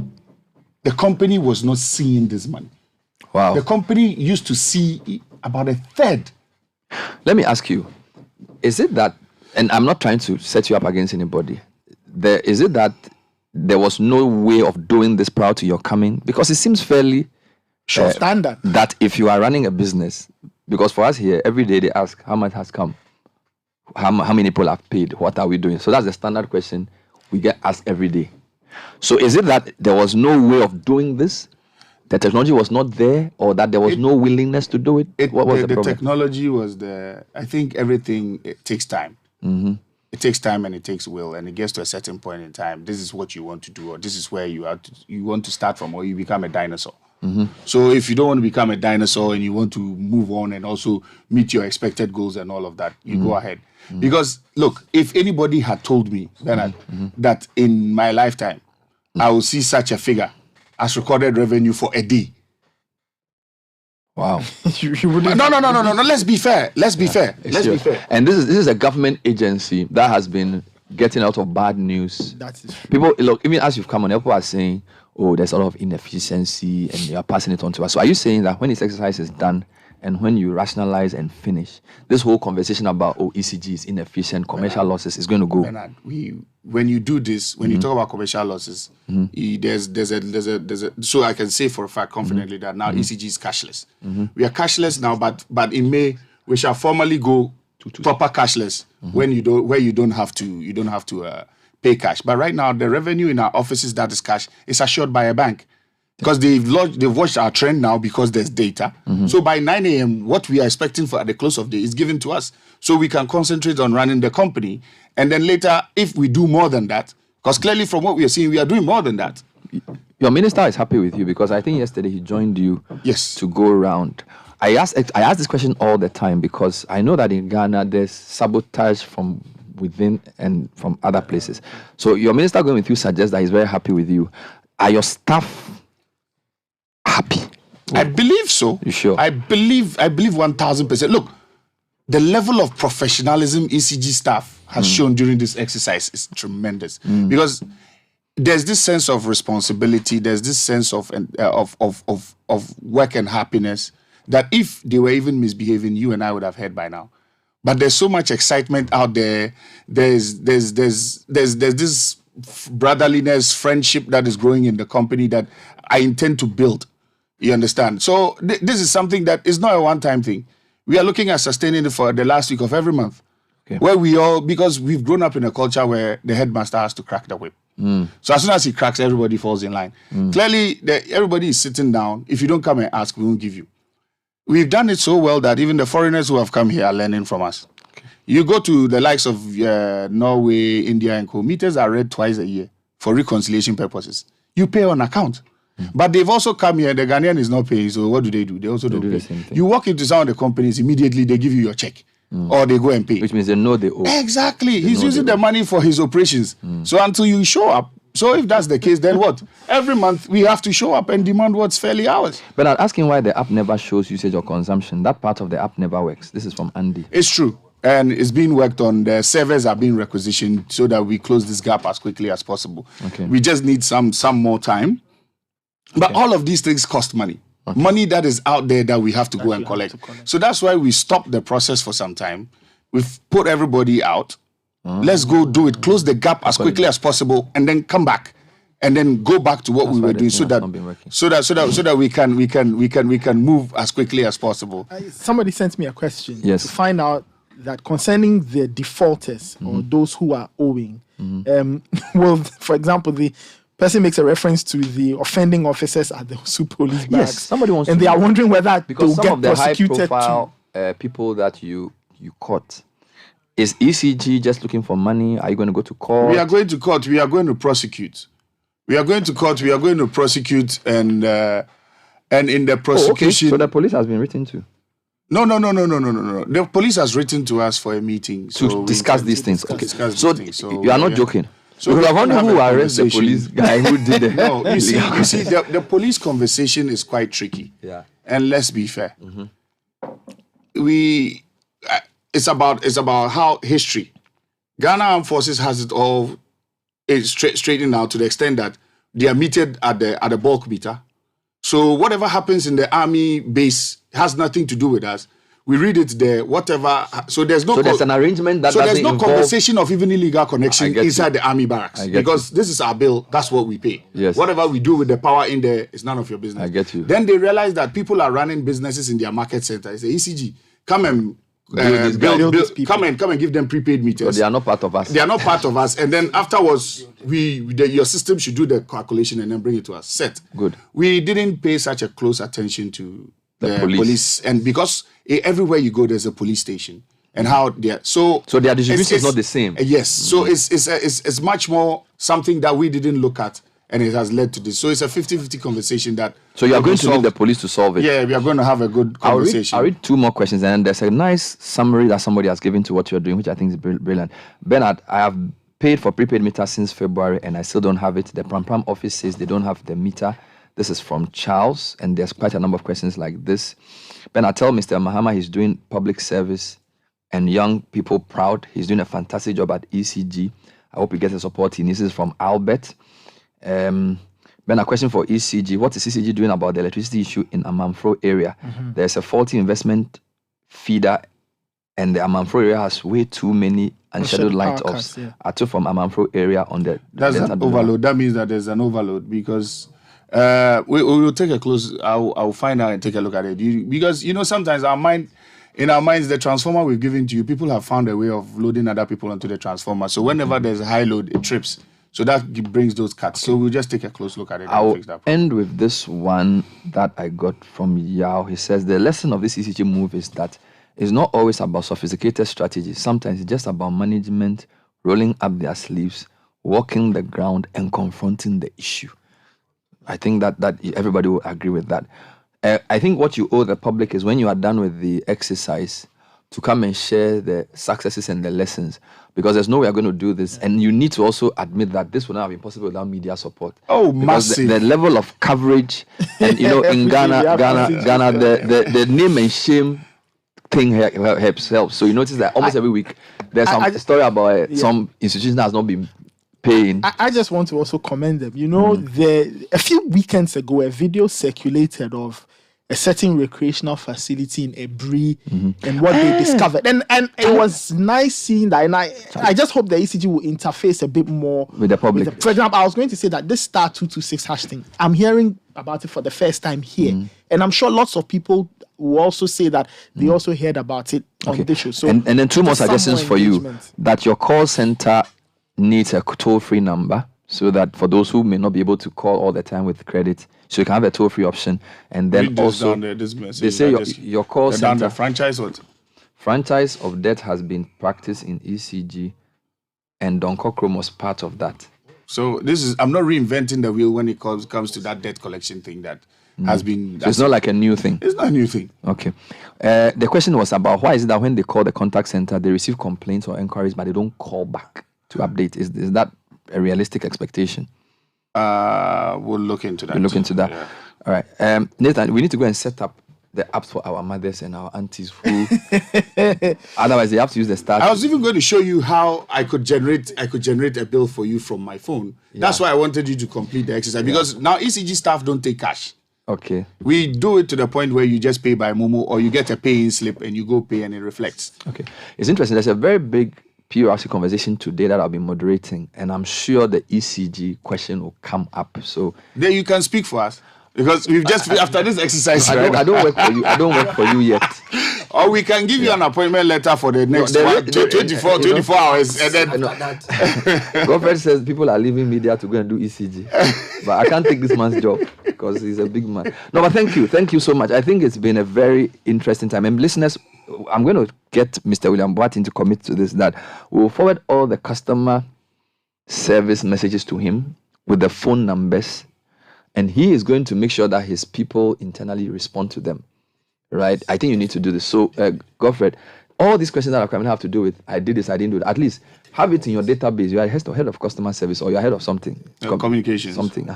Because you can't realistically address the issue on air. And the people didn't send the message because they wanted an answer on air. They actually want a proper response. So you have to promise me that if I send these messages to you, you're going to do something about it. Yeah. Otherwise, the next time your MD comes, I'm not going to interview him. All right. Please, I want you to say it on air. Yes, I agree. No, say what you are going to do. That I should send the messages to you. And action will definitely be taken. Because Nathan, we have so many messages and I think that as head of communications, any comment that comes from the public in this way should be. You can even analyze the message and say we have 200 messages. 10 of them have to do it at Bokobi, 6 have to do it Madina, 20 have to do it Kolebu. Do work with it so that you can solve the problem. That's my charge to you. But to be honest, look, you have to commend the ECG. No, seriously. They've really done well to go around, try and collect money, and how much they've been able to do in the month. It's great work. So thumbs up to you guys. But like I said, thank you so much. Some more public engagement. I feel like if you engage more with the public, people. And if you also have the number of your technical guys, so if anybody's having with the app, they can call those people to walk them through. Because the first time I got the app, it was some guy. In fact, I did an interview with you, and then you connected with some guy, and we all got on the app. This is like 7 years ago or something. Finish the app. It's convenience. It's total convenience. To make your life easier. It will allow us to also concentrate on that and give you that customer satisfaction. And then the engineering side will always make sure that the power is up, and then you can all enjoy. Thank you, Samo Dubik Mahama, the ECG MD. He came through with Kofi Chinese. Kofi Chinese is Charlie. In some parts of the world, they would say that's racism. No. That is Kofi Chinese. William Boateng, Kofi Chinese. That's the only Ghanaian Chinese. Kofi Chinese. So we'll be right back with more. Stay with us. This is the Citi Breakfast Show. Unleashing the power of relevant radio. This is Citi 97.3.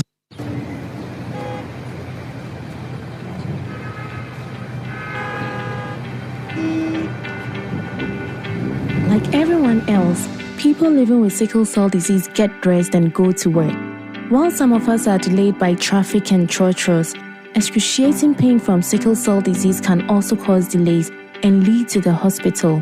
This can sometimes make it difficult for a sickle cell patient to keep a job, but having an empathetic employer makes all the difference. That is why the International Sickle Cell Center and Airtel Tigo are pushing the Touching Lives initiative to raise awareness. My name is Dr. Mary Anson. Support someone with sickle cell disease today.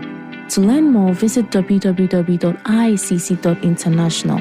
This initiative is brought to you by the International Sickle Cell Center, ISCC, in partnership with Airtel Tigo Touching Lives. Airtel Tigo. Life is simple. Bet365 is now officially available in Ghana. When you place a pre-match multi-bet on football, you go get bonus up to 70% to your winnings if your bet is successful. You can choose from markets like full-time results and both teams to score, from selected competitions including the Premier League, Champions League, and much more. Get this great offer when you visit the official site at bet365.com.gh. Over 18s only. Terms and conditions apply. Please gamble responsibly. Anytime is a good time to have a break. Introducing Munchie Anytime Crackers. It's perfect for break times, party times, movie times, and snack times. Savor the moment. Enjoy Munchie Anytime Crackers anytime. Munchie Anytime Crackers. It's light and tasty. This advert is FDA approved. 1xBet. Easy betting, easy winning. 1xBet, reliable bookmaker that offers you a huge range of bonuses, great odds, and many chances to win. Register now on 1xBet.com.gh and use promo code PLAY1 to get 300% bonus up to 3,445 Ghana cedis on your first deposit. 1xBet gives you more. Gambling can be addictive. Bet responsibly. Not for person under 18 years. This advertisement has been vetted and approved by the Gaming Commission. Celebrate this month of Easter with Melcom and save more on your cities always when you shop on items ranging from groceries, electronics, homeware, kitchenware, furniture, home decor, and many more. Terms and conditions apply. Melcom, where Ghana shops.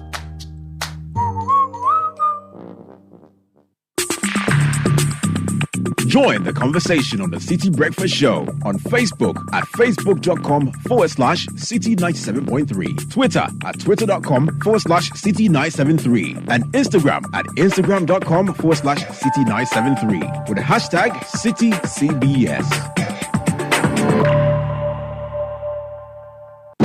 The Citi Breakfast Show. Rise above the noise. This is the Citi Breakfast Show. The city's biggest conversation. Last, now everybody go to breakfast.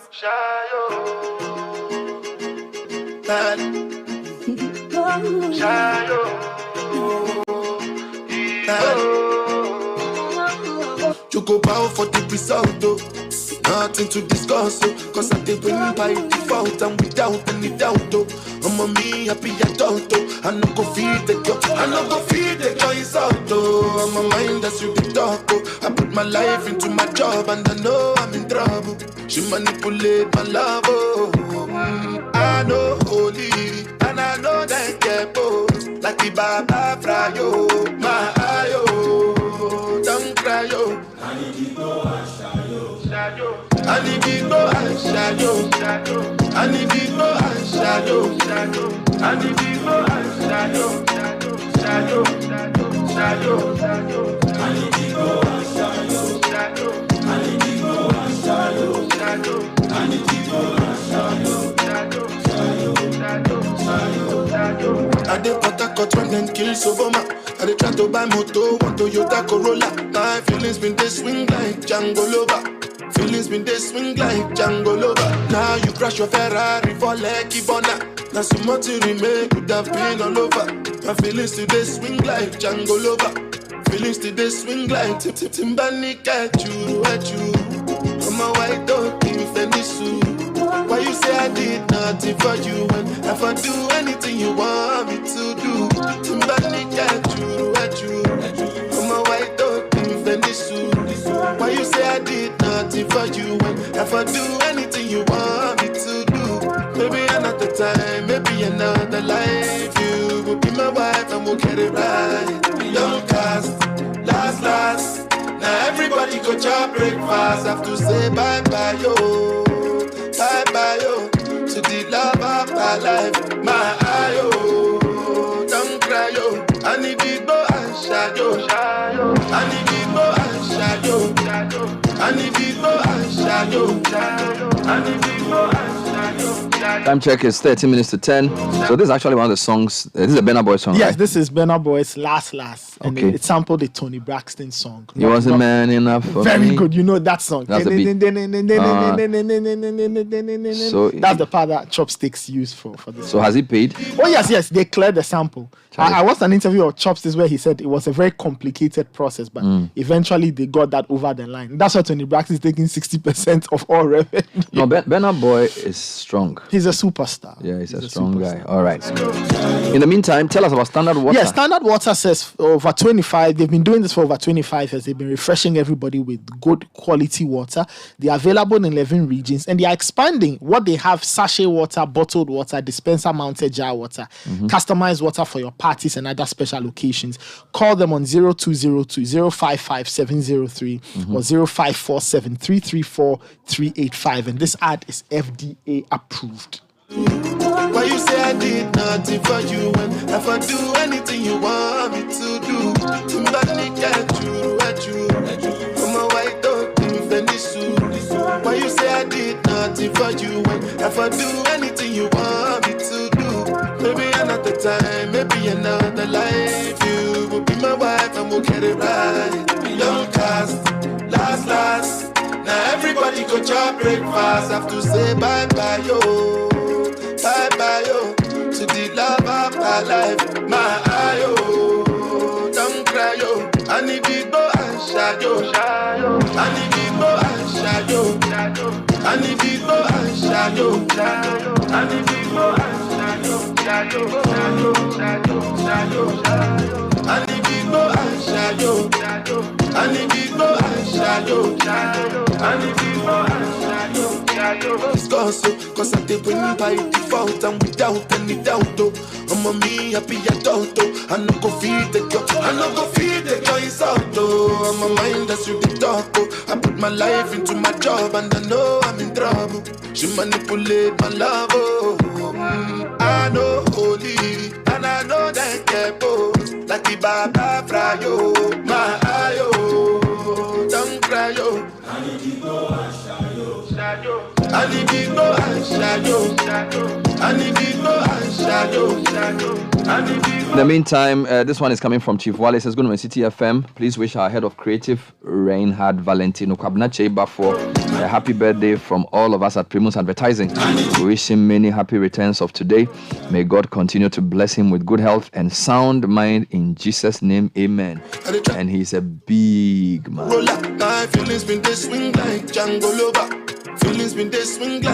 You know, here we were talking about Thor and all the problems.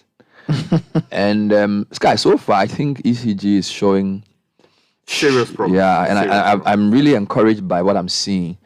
I hope it's not a 9-day wonder. I hope the MD doesn't get victimized. I hope politicians don't go and do their usual thing, circle him, give him some bad deals to sign, and then or try and pull him down. Because from the outside, if somebody is owed 5.7 billion, and as of last week they had raised almost 2.5. Look, imagine if all government agencies did the same thing. That's right. The country would work better, right? So whether it's ECG, Ghana Water, Ghana Post, SNIT, you know. So I'm very encouraged by what I'm seeing, and I really pray it's not a flash in the pan. Yeah. You know, I really pray, and I also hope that the politicians don't circle and start threatening and start doing their things. Because see, we don't have, and you see, the debts for our energy sector have been big, and it's a cascading thing. So ECG is under deals with customers. So if ECG collects its debts, they pay Gridco. Gridco pays VRA. VRA can also generate more. They can pay the post supply and the fuel. So if ECG fails, the whole chain breaks. So it's a good step towards solving at least the power side of the energy problem. So I really, really hope the necessary support. When we saw the minister go with him, I hope that's an endorsement that this is what I want you guys to be doing, and I'm going to back you with my cabinet position, with the fact that I'm a high-level minister in this government, to say don't touch this ECG MD and his team. You know, because we've done this work along. We've seen that, Charlie. Even the greater courage now, minister, Charlie. You know, because of the Henry Cote problem, when I see people doing well, I'm worried. You know, because Charlie, the system. A few months ago, I was somewhere, and then Henry Cote popped up on the telly. Charlie. And then somebody said, this man, Charlie, in Vim or die. I told him that, Charlie, chairman, do you know the forces that are fighting this guy? You don't know. Before the gentleman, I said, Charlie, things are fighting the man. You see, a lot of them spiritually and physically. A lot of them come with good intention. Yes. And the other thing I need to say is that public service, because of what we do, we talk to people in public, is tougher than we think. Yeah. Because there are mindsets that are very deeply anti-development. And some of it is not even politics. So a lot of times we feel like it's not even politics. So the people are just bent on doing their own corrupt deals, and they don't care whether NPP or NDC is in government. If you bring some MD who is coming to try and block those things, they will fight you. Yeah. And some of them are the majority in the company. So when we see government agencies that are limping, I mean, isn't any surprise that you have a lot of the SOEs making losses? A lot of people who work there see it as a cash cow to be milked for themselves. All right. So if there's good leadership or promising leadership anywhere, we need to use, and I need to explain, the reason why the media tend to support this is, we report a lot of bad things. So when we see somebody who wants to do something good, we are not even charging them money. We are simply saying, okay, this is public service, ECG. If ECG works, we all benefit. So Fred Duho and team, follow these guys. Wherever they go, report it. It's part of the way of trying to use the power of the media to build a better society. All right. Yes, some people's oxys will be goaded. Some people may wrongly be affected. But in the overall interest of the country, it's in our interest for ECG to work. Because if ECG doesn't work, we all suffer. Right. So that's one of the reasons why you notice that almost every time on the newspaper, there's an ECG story. It's because we think that if ECG works, all of us will benefit. Right. So let's please understand why we are doing this. And let's also, and yes, we all have personal issues. There are people in ECG who are not doing well. There are customer service issues to be addressed. We will use the same relationship we have with them to force them. So like I committed William Boateng, we are going to send him some of the messages that have to do with customer service failures. And trust me, we'll call him back, because he can't come on air and come and make a promise and just go and not deliver. So the benefit of the relationship with that media has with these people is that you're able to call them to order to say, look, William, the calls about your service is becoming too many. Yeah. If you don't do something about it, we'll go on air and we'll dirty you. Not in blackmail fashion, but that's our job. Yeah. Right? So please send in those comments.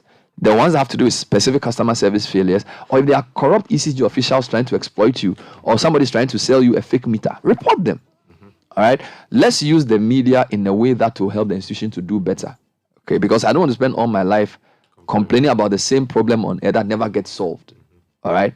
And I feel that it's a very important role of the media in this conversation. Let's read a few quick comments just to highlight the importance of the engagement with the ECG boss. Yeah. Okay, so let's take those comments coming. Nathan? Go first. Okay.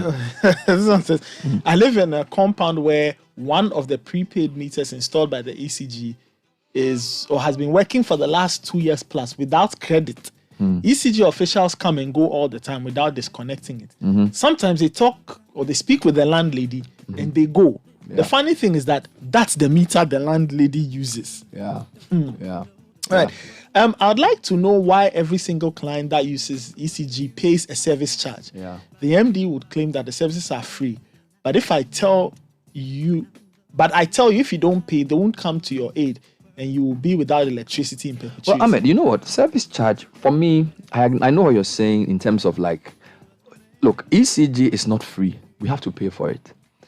All right? And if you look at the way government has worked, I think it makes more sense for all of us who use the service to pay than to expect government to use some tax money to give them. That's inefficient.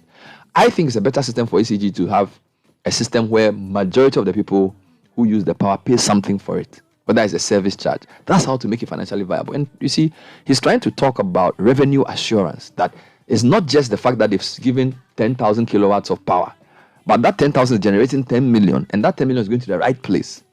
That's the way to stop the leakage in the system. And I feel if this works, other agencies should use the same model. So, Ahmed, you need to pay for the power you use. You need to pay for the service. Yeah. Otherwise, the whole thing will collapse. All right. This one says, kindly ask the ACGMD how much it will cost to acquire a new meter. Or what's the normal cost to go through the process of acquiring a meter? Question 2. Yeah. In my area, we don't have electricity almost every day. That's in Abokobi. Yes. Question 3. Can he tell us the actual increments that was applied this year? So for such a comment, Godfrey, you will forward the Abokobi one to William Boateng because the Abokobi one is very specific. The issue about how much it costs to acquire a new meter, I think that one can be gotten. We can find that information. But the Abokobi question and the question that Atu sent from Oyarifa, these are legitimate questions that require follow-up. Go to the next one. Okay, all right. The next one says, tell the ECG boss to get a way of giving people electricity, maybe with a flat rate. I think people go for fake meters because ECG doesn't have meters for some time. His answer is that pay a flat rate if you're not getting a bill. That makes sense. So if you are let's assume the last amount you paid was 200 cedis a month, and then for some reason you are not getting a bill. You pay the 200 every month and collect a receipt and keep it. If they come after a year and say, okay, every month I pay 200, so this is 212, 24. If my meter reads more, I'll tell you something. Ghana Water, I remember I paid my bill with Momo, and it hadn't reflected the first time, but the next time it came, it reflected. So, and I used I used the USSD. Yeah, okay. And it works perfectly. Ghana Water system of payment is actually very efficient as well. Okay. So these things work. All right. They wanted to do prepaid at some point, and people fought against it. Yeah. Because that's the idea of prepaid water is just a bit cruel. Anyway. And if I'll tell some, so there was a week I had left my house. So I left my house for a month. And I wanted to check if Ghana Water people would bill me. And the bill came, and they said it read 0. There was only some 0.5 something charge for the meter. So I was quite impressed because I didn't go and tell them I was leaving the house.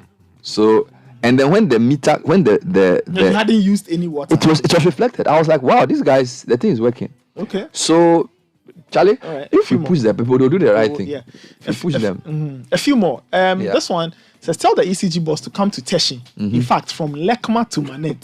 Illegal connection. Zala. It's funny enough, their guys are behind those illegal. I took you Lekma to Manet. The whole Lekma all the way through to Manet. Johnson floor. Charlie, ECG, please storm Lekma to Manet. Right, they say you should storm there. They say illegal connection. So this one says, we went to the ECG office to apply for a meter, which would have cost me 1,020 cedis.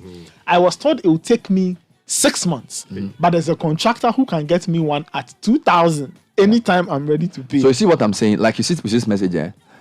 If you say, oh, ECG boss, go and solve the problem of contractors. I think it's what you need to do is, okay, this guy, let's mention the contractor's name and send it to the ECG officials and see if they can fish him out. What I'm saying is that you need to cooperate for the system to be cleaned. Do you understand? So if they ask you, for example, do you want to be a whistleblower? You need to also help to play that role. I'm not saying ECG doesn't know they are contractors.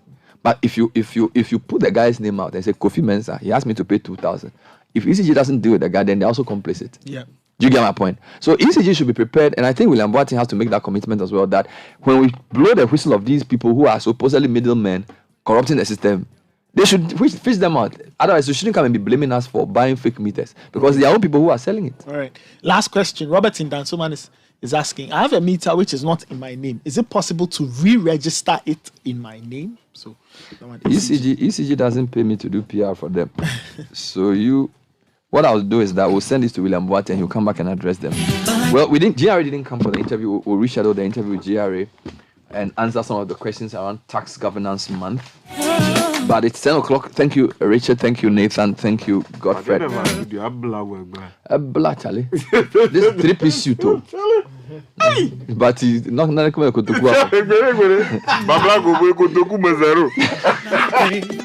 Hopefully you